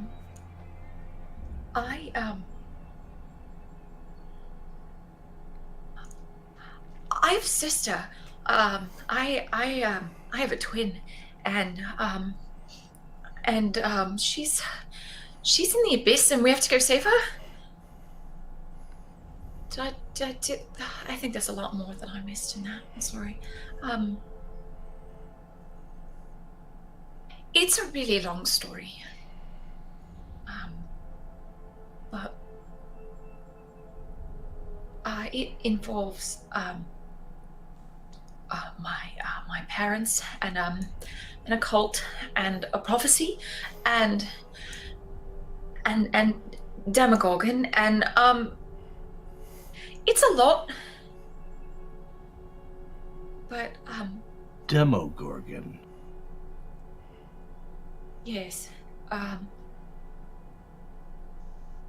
You speak of the Demon Lord and say his name? About that. Looking at Cal again.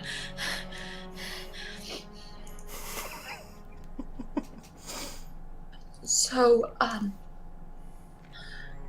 you know my patron? The one that,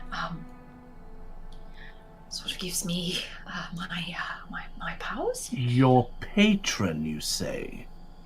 Yes. He is the absolute abomination and mortal and immortal enemy of Ostrom. He is the lord of all that swims in the darkness. Yep.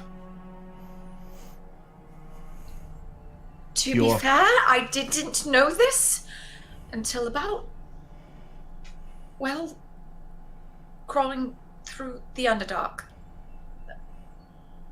So, there's that.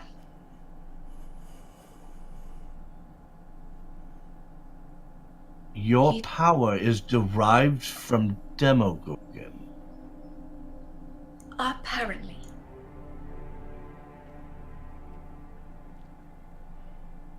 Arthur will scoot his chair back a couple of inches, maybe 6 Look, to 12 I didn't inches. know. And it's not like I'm wielding, the fires of the 9 hells or anything. Are you a priestess of Demogorgon? Do you do his bidding? Shut up! Arthur's quite upset at this point. No, I'm not. I'm getting many looks at this point. What is this dichotomy you speak of? Yet you have his power, but you are not. Okay, maybe we just stop walking. Should we just stop walking? Maybe we just stop walking. Yeah. Gonna exit. Come on. Oh, Arthur's following you for sure. In a huff. Look. And very guarded at this point. You see he's very tense. Almost expecting this Demogorgon to show up in front of him. Look. My parents were in this cult. They were horrible people. They're dead now. The cult tried to take me and my sister for some prophecy. I didn't really know what it's about. I still don't. Part of the research. This creature came and offered us this pact with this being. I agreed. My sister didn't. She left. I've never known where she went. And I only recently found out that she was taken by Demogorgon, who turned out to be the creature that was offering me this power. DM, real quick. 2 things. One, since I was trained in the Temple of Religion, and because Ostrom is obviously, the direct antithesis of this, is there any sort of roll I can make to see if I know anything about any prophecy or any of what she's talking about? Yeah, go ahead and give me a religion check, and this is going to be a high DC on this because it's Yeah. a very specific prophecy. Okay, let me, I'd like to just kind of get I think I get a +6 for, I'm going to make sure, I'm going to look. Religion, you said, correct? Yes. All right, so religion is a +6 for me. And I rolled a 2, so that's an 8. Nothing that comes to mind immediately now. But obviously I know of Demigorgon, because that would be, Yeah. I mean, that's probably chapter 7, but I know him from My God as well. Zan? What is this prophecy you speak of? I only remember little bits and pieces of it. I don't. Well, what bits and pieces can you tell me? Something about twin stars. A bridge.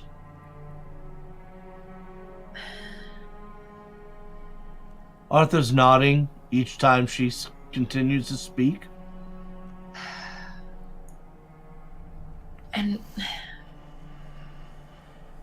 honestly, I don't think it had anything to do with Demogorgon. I think it had to do with something else. And you hear Arthur mutter the words, "It all makes sense now." It all makes sense. What?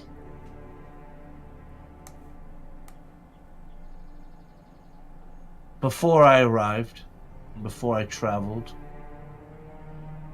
my great god Osram spoke with me. In no uncertain terms, yet with no explanation.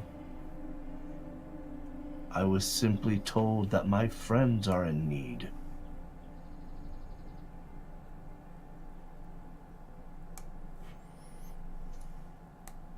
And here I am.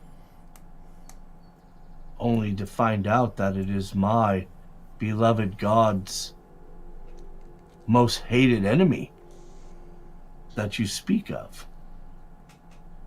Surprise! And I will ask you once again, Zach. Are you a priestess? No, for fuck's sake, no! I just find out about this myself. I thought it was an angel or something. A deva, I don't know. My power has never manifested in anything cruel or evil. I heal people, for fuck's sake. How the hell was I supposed to know? Yeah. And so what is it you wish to do next?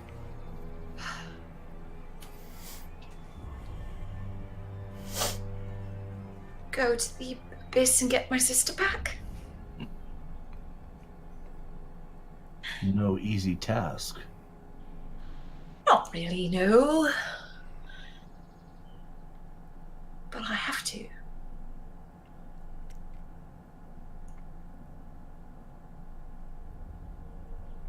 I think it was perhaps destiny that brought us together once again. Well, The abyss is a harsh place. what I've gathered, yes. Not something to be trifled with. Hence, lots of research. My thoughts are, we're gonna need some help. Maybe. I have no plan. I have no idea how to get there, what to do when we do. I just know that I have to do this. Perhaps now you should be speaking we. I'm with you, Zan. With the assurance, and now that I know you are not a priestess. No! These are not bad questions to ask. That's fast. Especially after Honestly, that's I understand. getting thrown this. But my trident and my shield are with you.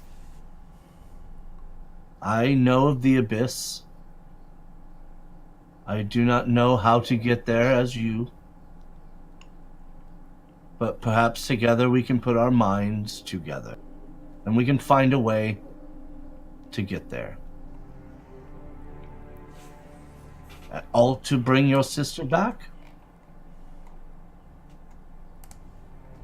Yeah.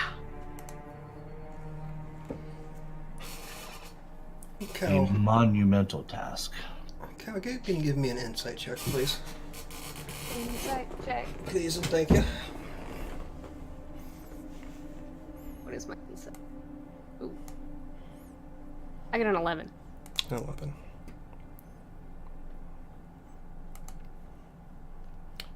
Hold on 1 second. Why can I not find you?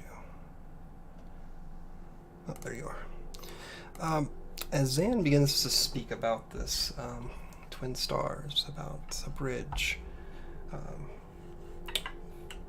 feels something moving within your mind. A familiar presence of St. Cuthbert sort of reaching out into your psyche. And as Zan says the words, you begin to feel the sentences forming in your mind.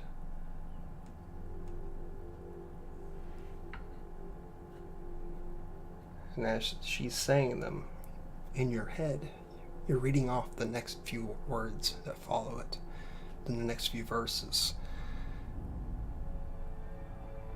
If you look in your journal, you should see the prophecy.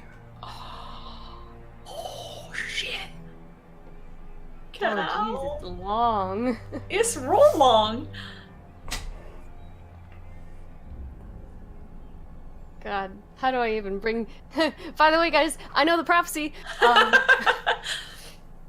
Carol will just kind of clutch his slide whistle to him and sort of look between Arthur and Zan sort of seriously all of a sudden. And he's just gonna start saying this.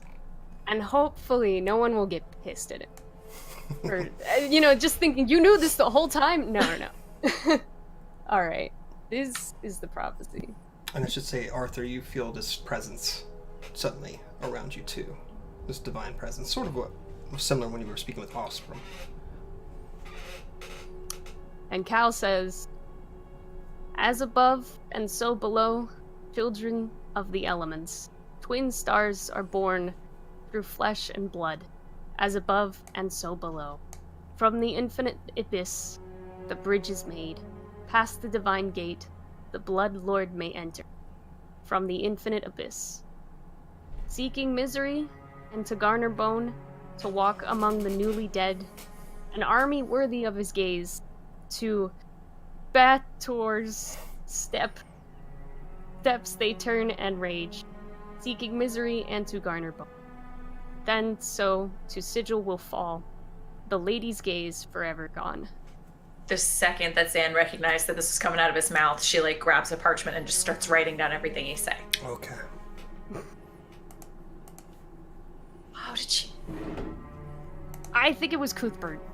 What sorcery is this? It's Cuthbert. Holy shit. Yeah, that's it. Cal will say a silent thank you to Cuthbert. Arthur is uneasy. He's on edge. this is it. This is the one. And I'm sure Arthur would have picked up on the Blood Lord. Yep, for sure. Instantly. And speaking of Bator, you know the Nine Hells quite well, I would assume. The last two lines, I don't know if any of you really would understand. Can you read the last two lines for me? Okay. Then so to sigil will fall, the lady's gaze forever gone. Roll for it. There's a house ready to. What skill would you like to use for this, Sam? Well. Well, maybe what would be closest to like plucking her memory? You know what I mean? Like memory and. I mean, would it just be a general like intelligence check? Yeah, I suppose so. And like my research? Yeah, we'll go with that for the time being, because I cannot think of anything better. Me either. It's not necessarily Arcana, but Right. okay. Bad. 17. 17. Okay.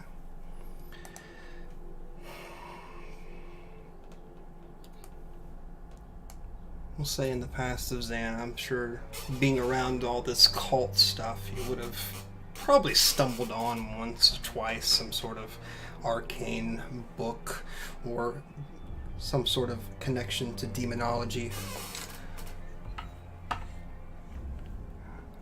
As your mind is going over it, you do remember the tale of the city of Sigil.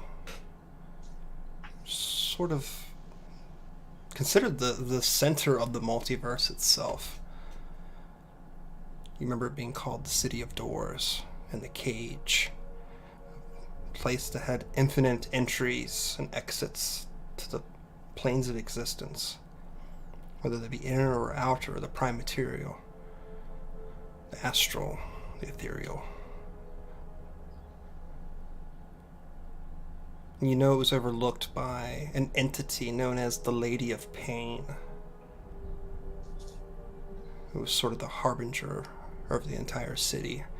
It had such power within that city that even the gods themselves could not penetrate it.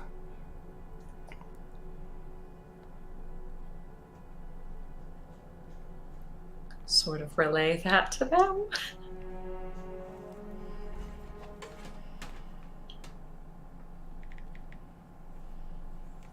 So, kind of a big deal? Yeah?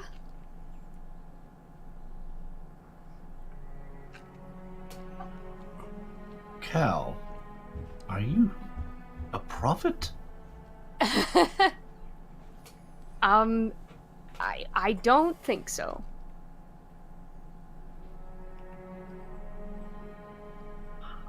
I don't know where this came from St. Cuthbert, but I don't know, but thank you, Cal. Thanks, St. Cuthbert. He's a good pal of mine. Thank you, St. Cuthbert. So we now have a direction and a city with which to start. Are we going to Sigil? How? Where? It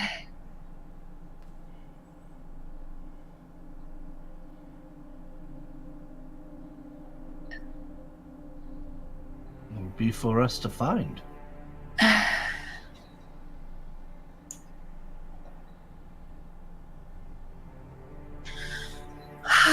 Let's start at the beginning. The library. A library. A big one. Big one. Lots of books. And Hey, DM? Yes. 1 second here. I'm gonna do something. Here, this is what I want. 1 second. Sure. I would like to cast Divine Sense and figure out Zan once and for all, whether she slides one way or the other on the alignment pole. Okay, we can work with this. So you're reaching out with the blessing. And I'll of make no Osprey. secret of it, DM. Zan, you can sort of feel Arthur's gaze upon you, and it's not just at your physical features, but you feel it peering deeper into your psyche. It's almost a very uncomfortable, probing feeling deep into your thoughts, to your existence. And what you pull from it, Arthur, is there is no form of evil that's breeding within her. Her actions may not always be on the right side of law, but her intentions are never, ever to the wrong. But deep inside her, you do feel some seed that's been planted there. And it sort of unnerves you.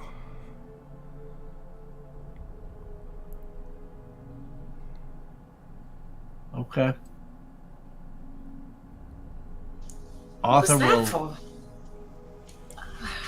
forgive me, and I consider you a great friend and a compatriot. But you need to understand that there are deceivers, there are deception, this world you apparently are living in, about to go to, filled with tricksters and charlatans. And I'm, unfortunately, and please forgive me, I needed to know which, if anything, you were.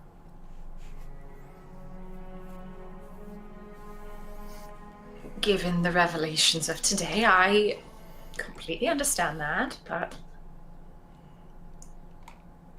We good? I will tell you one thing. There is something buried deep that triggered a response from my divine sense. I can only describe it as a seed, something ready to grow, something ready to sprout, something ready. You need to be very careful, Zan.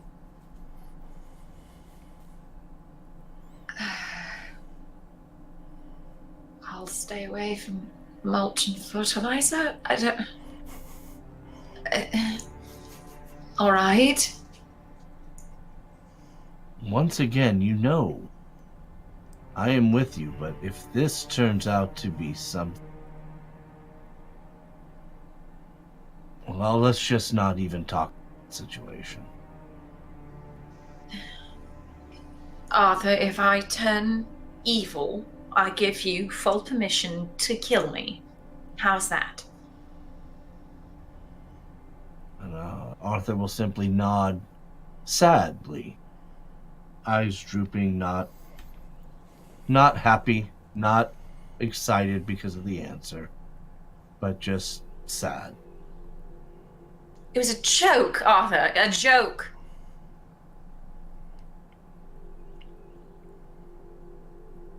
Well, either way, now that Cal has said his goodbyes, I think it's time that we do what we need to do and go. Right. Before we head out, I made a little something for everybody. I guess you could call them friendship necklaces, although I feel like that might be a little bit elementary. And Cal sort of Cal's already wearing his, and he hands one to Arthur, and he puts one around Coral's neck. Oh. And he hands 2 to Zan. Do they have like broken heart shapes like on the side? Yeah, they all come together, and that's how we form the giant robot. It says Voltron, yeah. it says Zol Or was on something there. Captain Planet, one of the two. Put them But together. yeah. It says Zol. Oh God, no! That is not our shipping name. Zol No. is not the shipping name. But yeah, Cal hands 2 to Zan and says, one of them is for Gaul. I mean, and the craftsmanship on these things are out of this world, right? I mean, Oh, yeah. Arthur's thought is to somehow enchant this with some sort of protection spell later on because of the craftsmanship is so amazing. And if I could, I mean, before we leave, maybe I try to find a magician of some sort. Okay. These are beautiful, Cal. Yeah, it's amazing. I've never seen such craftsmanship, Cal. I just thought we've been to war together, we might as well have a little something to keep us together. And Arthur will Coral has a collar now. I do. Arthur will just reach out to shake Cal's hand, puts his other hand on it. Cal, thank you. Oh, you're welcome.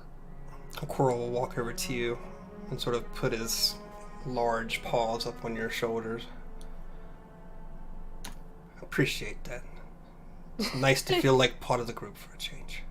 I'm assuming that this dog face is very close to Yeah, Cal's. most This is definitely. Dog after all. Cal's just kind of like, mm-hmm. Yeah, I'm sorry, this got awkward. Just thanks. You're welcome. And Cal gives him a good old pat on the head. Dan will take the spare. Just kind of put it in her bag. So Zan, what next? I think Greyhawk's our best bet. Get as much information as possible.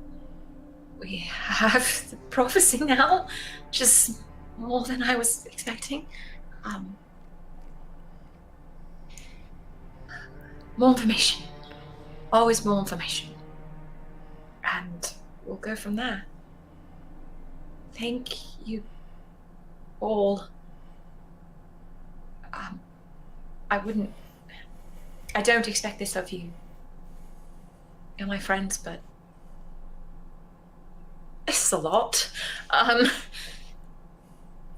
So thank you.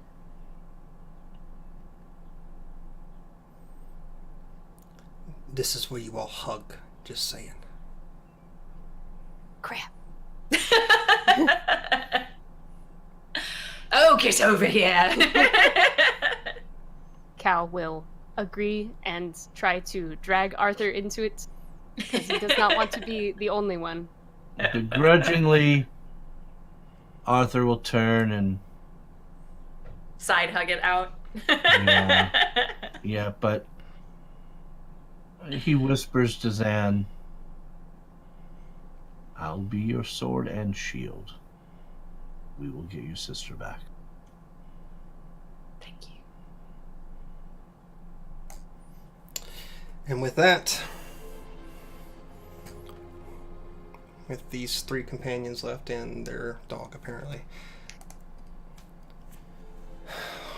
one route to city of Greyhawk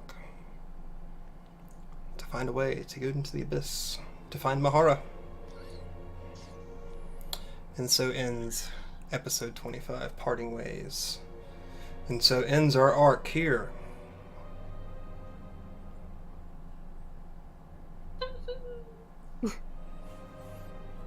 What a show. So let's play something happier to get us out of here with. What do you think? All right. Okay. Should we call back to Chris here, maybe, instead? Yeah, do it. Let's play a little Elemental Evil. So thanks everybody for sticking with us for 25 episodes. Holy shit! Yeah. You gotta be kidding me. 25? 25. Okay, that's impressive. So, Right? Yeah, I that know, is impressive. I know Kevin's got to go here in a few minutes, so Kevin, tell people who you are, where they can find you at, and anything else you want to say. Floor's open to you. First, I want to just say I'm, again, super thankful for the opportunity to be here to, play and help. I mean, let's be honest. I love to play and I love to entertain, and I've got the best of both worlds right here. And Sav, I mean this in all sincerity. Look, I've watched a lot of streams in my lifetime, and you're one of the best, kid. I mean that. You are amazing at what you do. The way you drive the storyline, the preparation at times, and just look. I know sometimes you wing it, and your knowledge is just so amazing. The fact that you can wing it like that and make it look like you studied for 20 hours is a skill not very many people have. And so, I mean this in all sincerity. Take your break, relax, recharge those batteries. Because what you've done again, I hadn't played in 20 years. And then you get, I started talking to Kelly, out of Path of the Plains. Next thing you know, you read my story I wrote about Arthur and selected me to be with you. And so I'm very thankful for that. And you guys, seriously, MK and Chris, holy shit, are you guys fun and talented? And I mean that. Look, people know me. I'm a cantankerous asshole. That's what I'm saying. You either love me or hate me, and either is okay. But what you'll always get from me is pure honesty, even if it hurts. So I say in all sincerity, you two are just completely amazing and help drive storylines and make it easy for me to play my character. So, with that, I really do appreciate the time that you guys take to play. Just so you know, like, even if I push my boss is probably watching right now, but I rearrange my schedules. It doesn't matter. 9 o'clock PST, I am always fucking ready to play this game because you guys make it that fun for me. So, I just want to say with that, an amazing arc, super excited, and I really can't wait to see where we go next. Too. Thank you for all that. I'm MK. Find my Twitter at Music Combat or me on Twitch. Twitch.tv/MK is the best. I want to say thanks to Saw for inviting me on this show. I really appreciate it. I was kind of like nobody. We didn't really know each other, and you were like, "You're cool. Let's go on. Do my thing. Do this thing with us." And I gotta say, it's been a fucking journey. It's true. been great. I've really enjoyed it. And I look forward to more games of Temple of Elemental Evil. But I just wanted to say thank you, Sav, for inviting me on. Thank you for coming on. I really appreciate it. You've been amazing.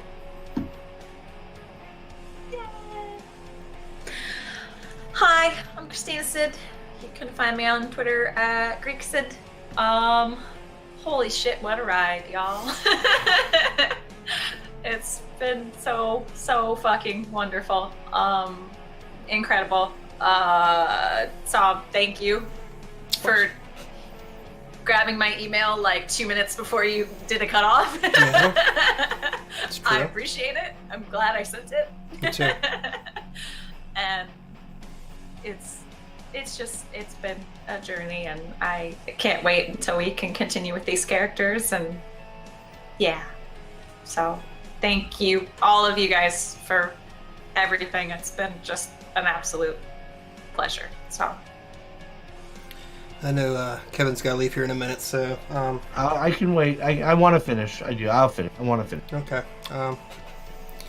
I really appreciate all of you guys for coming all the time for this. You guys have been super consistent, very friendly, made my job very easy. I kind of got my moment out, I think, last week, because I think I just needed to get it said. I'm not good at goodbyes, so I don't want to say goodbye, so I'm going to say see you later, because we're going to be back. We're going to be back with a second campaign. So we're going to be launching our own channel, actually. Yeah, here I don't have a start date for it, but it's going to happen. As far as I know, all these guys are going to be back, and we're going to be playing in, I guess, I don't want to say it's a season 2, because it's not really going to be the same thing, but we'll be back for the second arc, which is going to be titled Descent into Darkness. So we're going to go explore this and see where it takes us. But I want to thank Shane. I want to thank the Greyhawk channel for letting us come on here and tell our story, for giving us free reign over it and not constraining us by times, because it would have been bad if I had to have shoved all this into like 13 episodes. It would have been fucking terrible. Oh god. Holy crap. Yeah. So I'm very appreciative to it, and Shane has been very supportive of us and where we're going to go. Very sad to see us go, and I feel really bad about that. I feel like we need to go tell our stories some more. So, very thankful to all of you guys. You've been players, you've been wonderful people, friends, and I'm so happy that you all are in my life. I really am. So, thank you for all that. And thanks to all the people who show up all the time to cheer us on or to laugh at us or correct us or whatever have you. Fuck, I don't know. I'm just sort of bittersweet about all this. Sorry, go ahead. I was just gonna say, if you guys want to like be aware when we do start going live again, be sure to follow Sob's Twitter. Yes. He will most likely be the one posting about that. So if you're really interested and want to see more Temple of Elemental Evil, follow Sob on Twitter. Do it. Yeah. Won't be Temple of Elemental Evil anymore, but we'll be something else. Oh, okay. Just because I think this arc is concluded. So I'm going to take it somewhere else. So. Preferably into the abyss. Well, that's what the title, I think, of the next one's kind of implying towards. So, is there anything else you guys want to say before we jump off here? Yeah, for me, everybody in chat, thank you so much. And I mean this, Wu-Tang and Avatar, you guys, Death, and I mean, it's just a lot of fun reading the shenanigans that go on in chat and all the things that you guys type. You guys are fucking hilarious, by the way. And yes, Paladin will be in hell. Isn't that going to be probably melt or something? But please, I do have to go. But lastly, I'm just going to quick my existential reason for why I even do this, and why I'm a writer is, maybe there's that person that's having a bad day or have had a bad week. Maybe they need to suspend reality for just maybe 3 hours a week so that they can not worry about things and they can get into a story that they love and just lose their mind into it. The theater of the mind. It is a very important thing. And I hope that we do that for you. I hope that, for 2 to 3 hours each Saturday, we give you that opportunity just to come in here and shoot the shit and listen to a great story. So that's the reason why I'm here. And so with that, I will leave you. I thank you guys so much, and I look forward to seeing you guys on the next channel. See you, Kev. All right. I hope this doesn't ruin boxes. It probably will. It's all good, though. Don't worry about it. Okay. Bye. What are you going to do? Take us off? Ha! So, all right. Do you have anything else you want to say before we go? Nope. No? No. Okay. Well, with all of our destroyed boxes here, I guess we'll get out of here. So, thanks again, guys. Appreciate it. And MK, Christina, once again, thanks so much. Been a journey. Yes, it has. Been a fucking journey. Yeah. All right, guys. Well, have a lovely rest of your Saturday. You can actually see Christina here, I think, in what, 50 minutes? Shit. Over. Yes, So I'm gonna be on So Maddie Games? Chatty in like an Yeah. hour, and I'm on Encounter Roleplay on Sundays, 5 o'clock. Yes, check that out. That starts this week. I Yeah. forgot plugs. God damn it. Okay. No, Yes. you're fine. Kind of an emotional thing today. Yeah. Let me remember how to raid people. 'Cause I don't remember. Was it Nope. slash or I don't fucking know. Yeah, it is slash. Now I just gotta remember his username is. Okay, cool. So we're going to go raid these people. Yay! Because Raid they are. Maddie. Yeah, we're gonna go raid Maddie. They're doing a charity event stream all day, Oh, nice. just talking about all sorts of things TTRPG related. So if you want to go hang out with some cool people, I think what you're doing the character development one. I'm doing finding a character's voice. Right, yes. right. And that should be on here in about 50 minutes, and I will be back over there as my I can't talk at 8 o'clock this evening Eastern Standard Time to talk about world building. So if you want to come see me one more last time, so I'll be there this evening. So all right, that's it. I'm done. All You right. guys, y'all Bye, have everybody. a great day, and thanks for stopping by. Take care. We'll see you soon. Bye. Bye.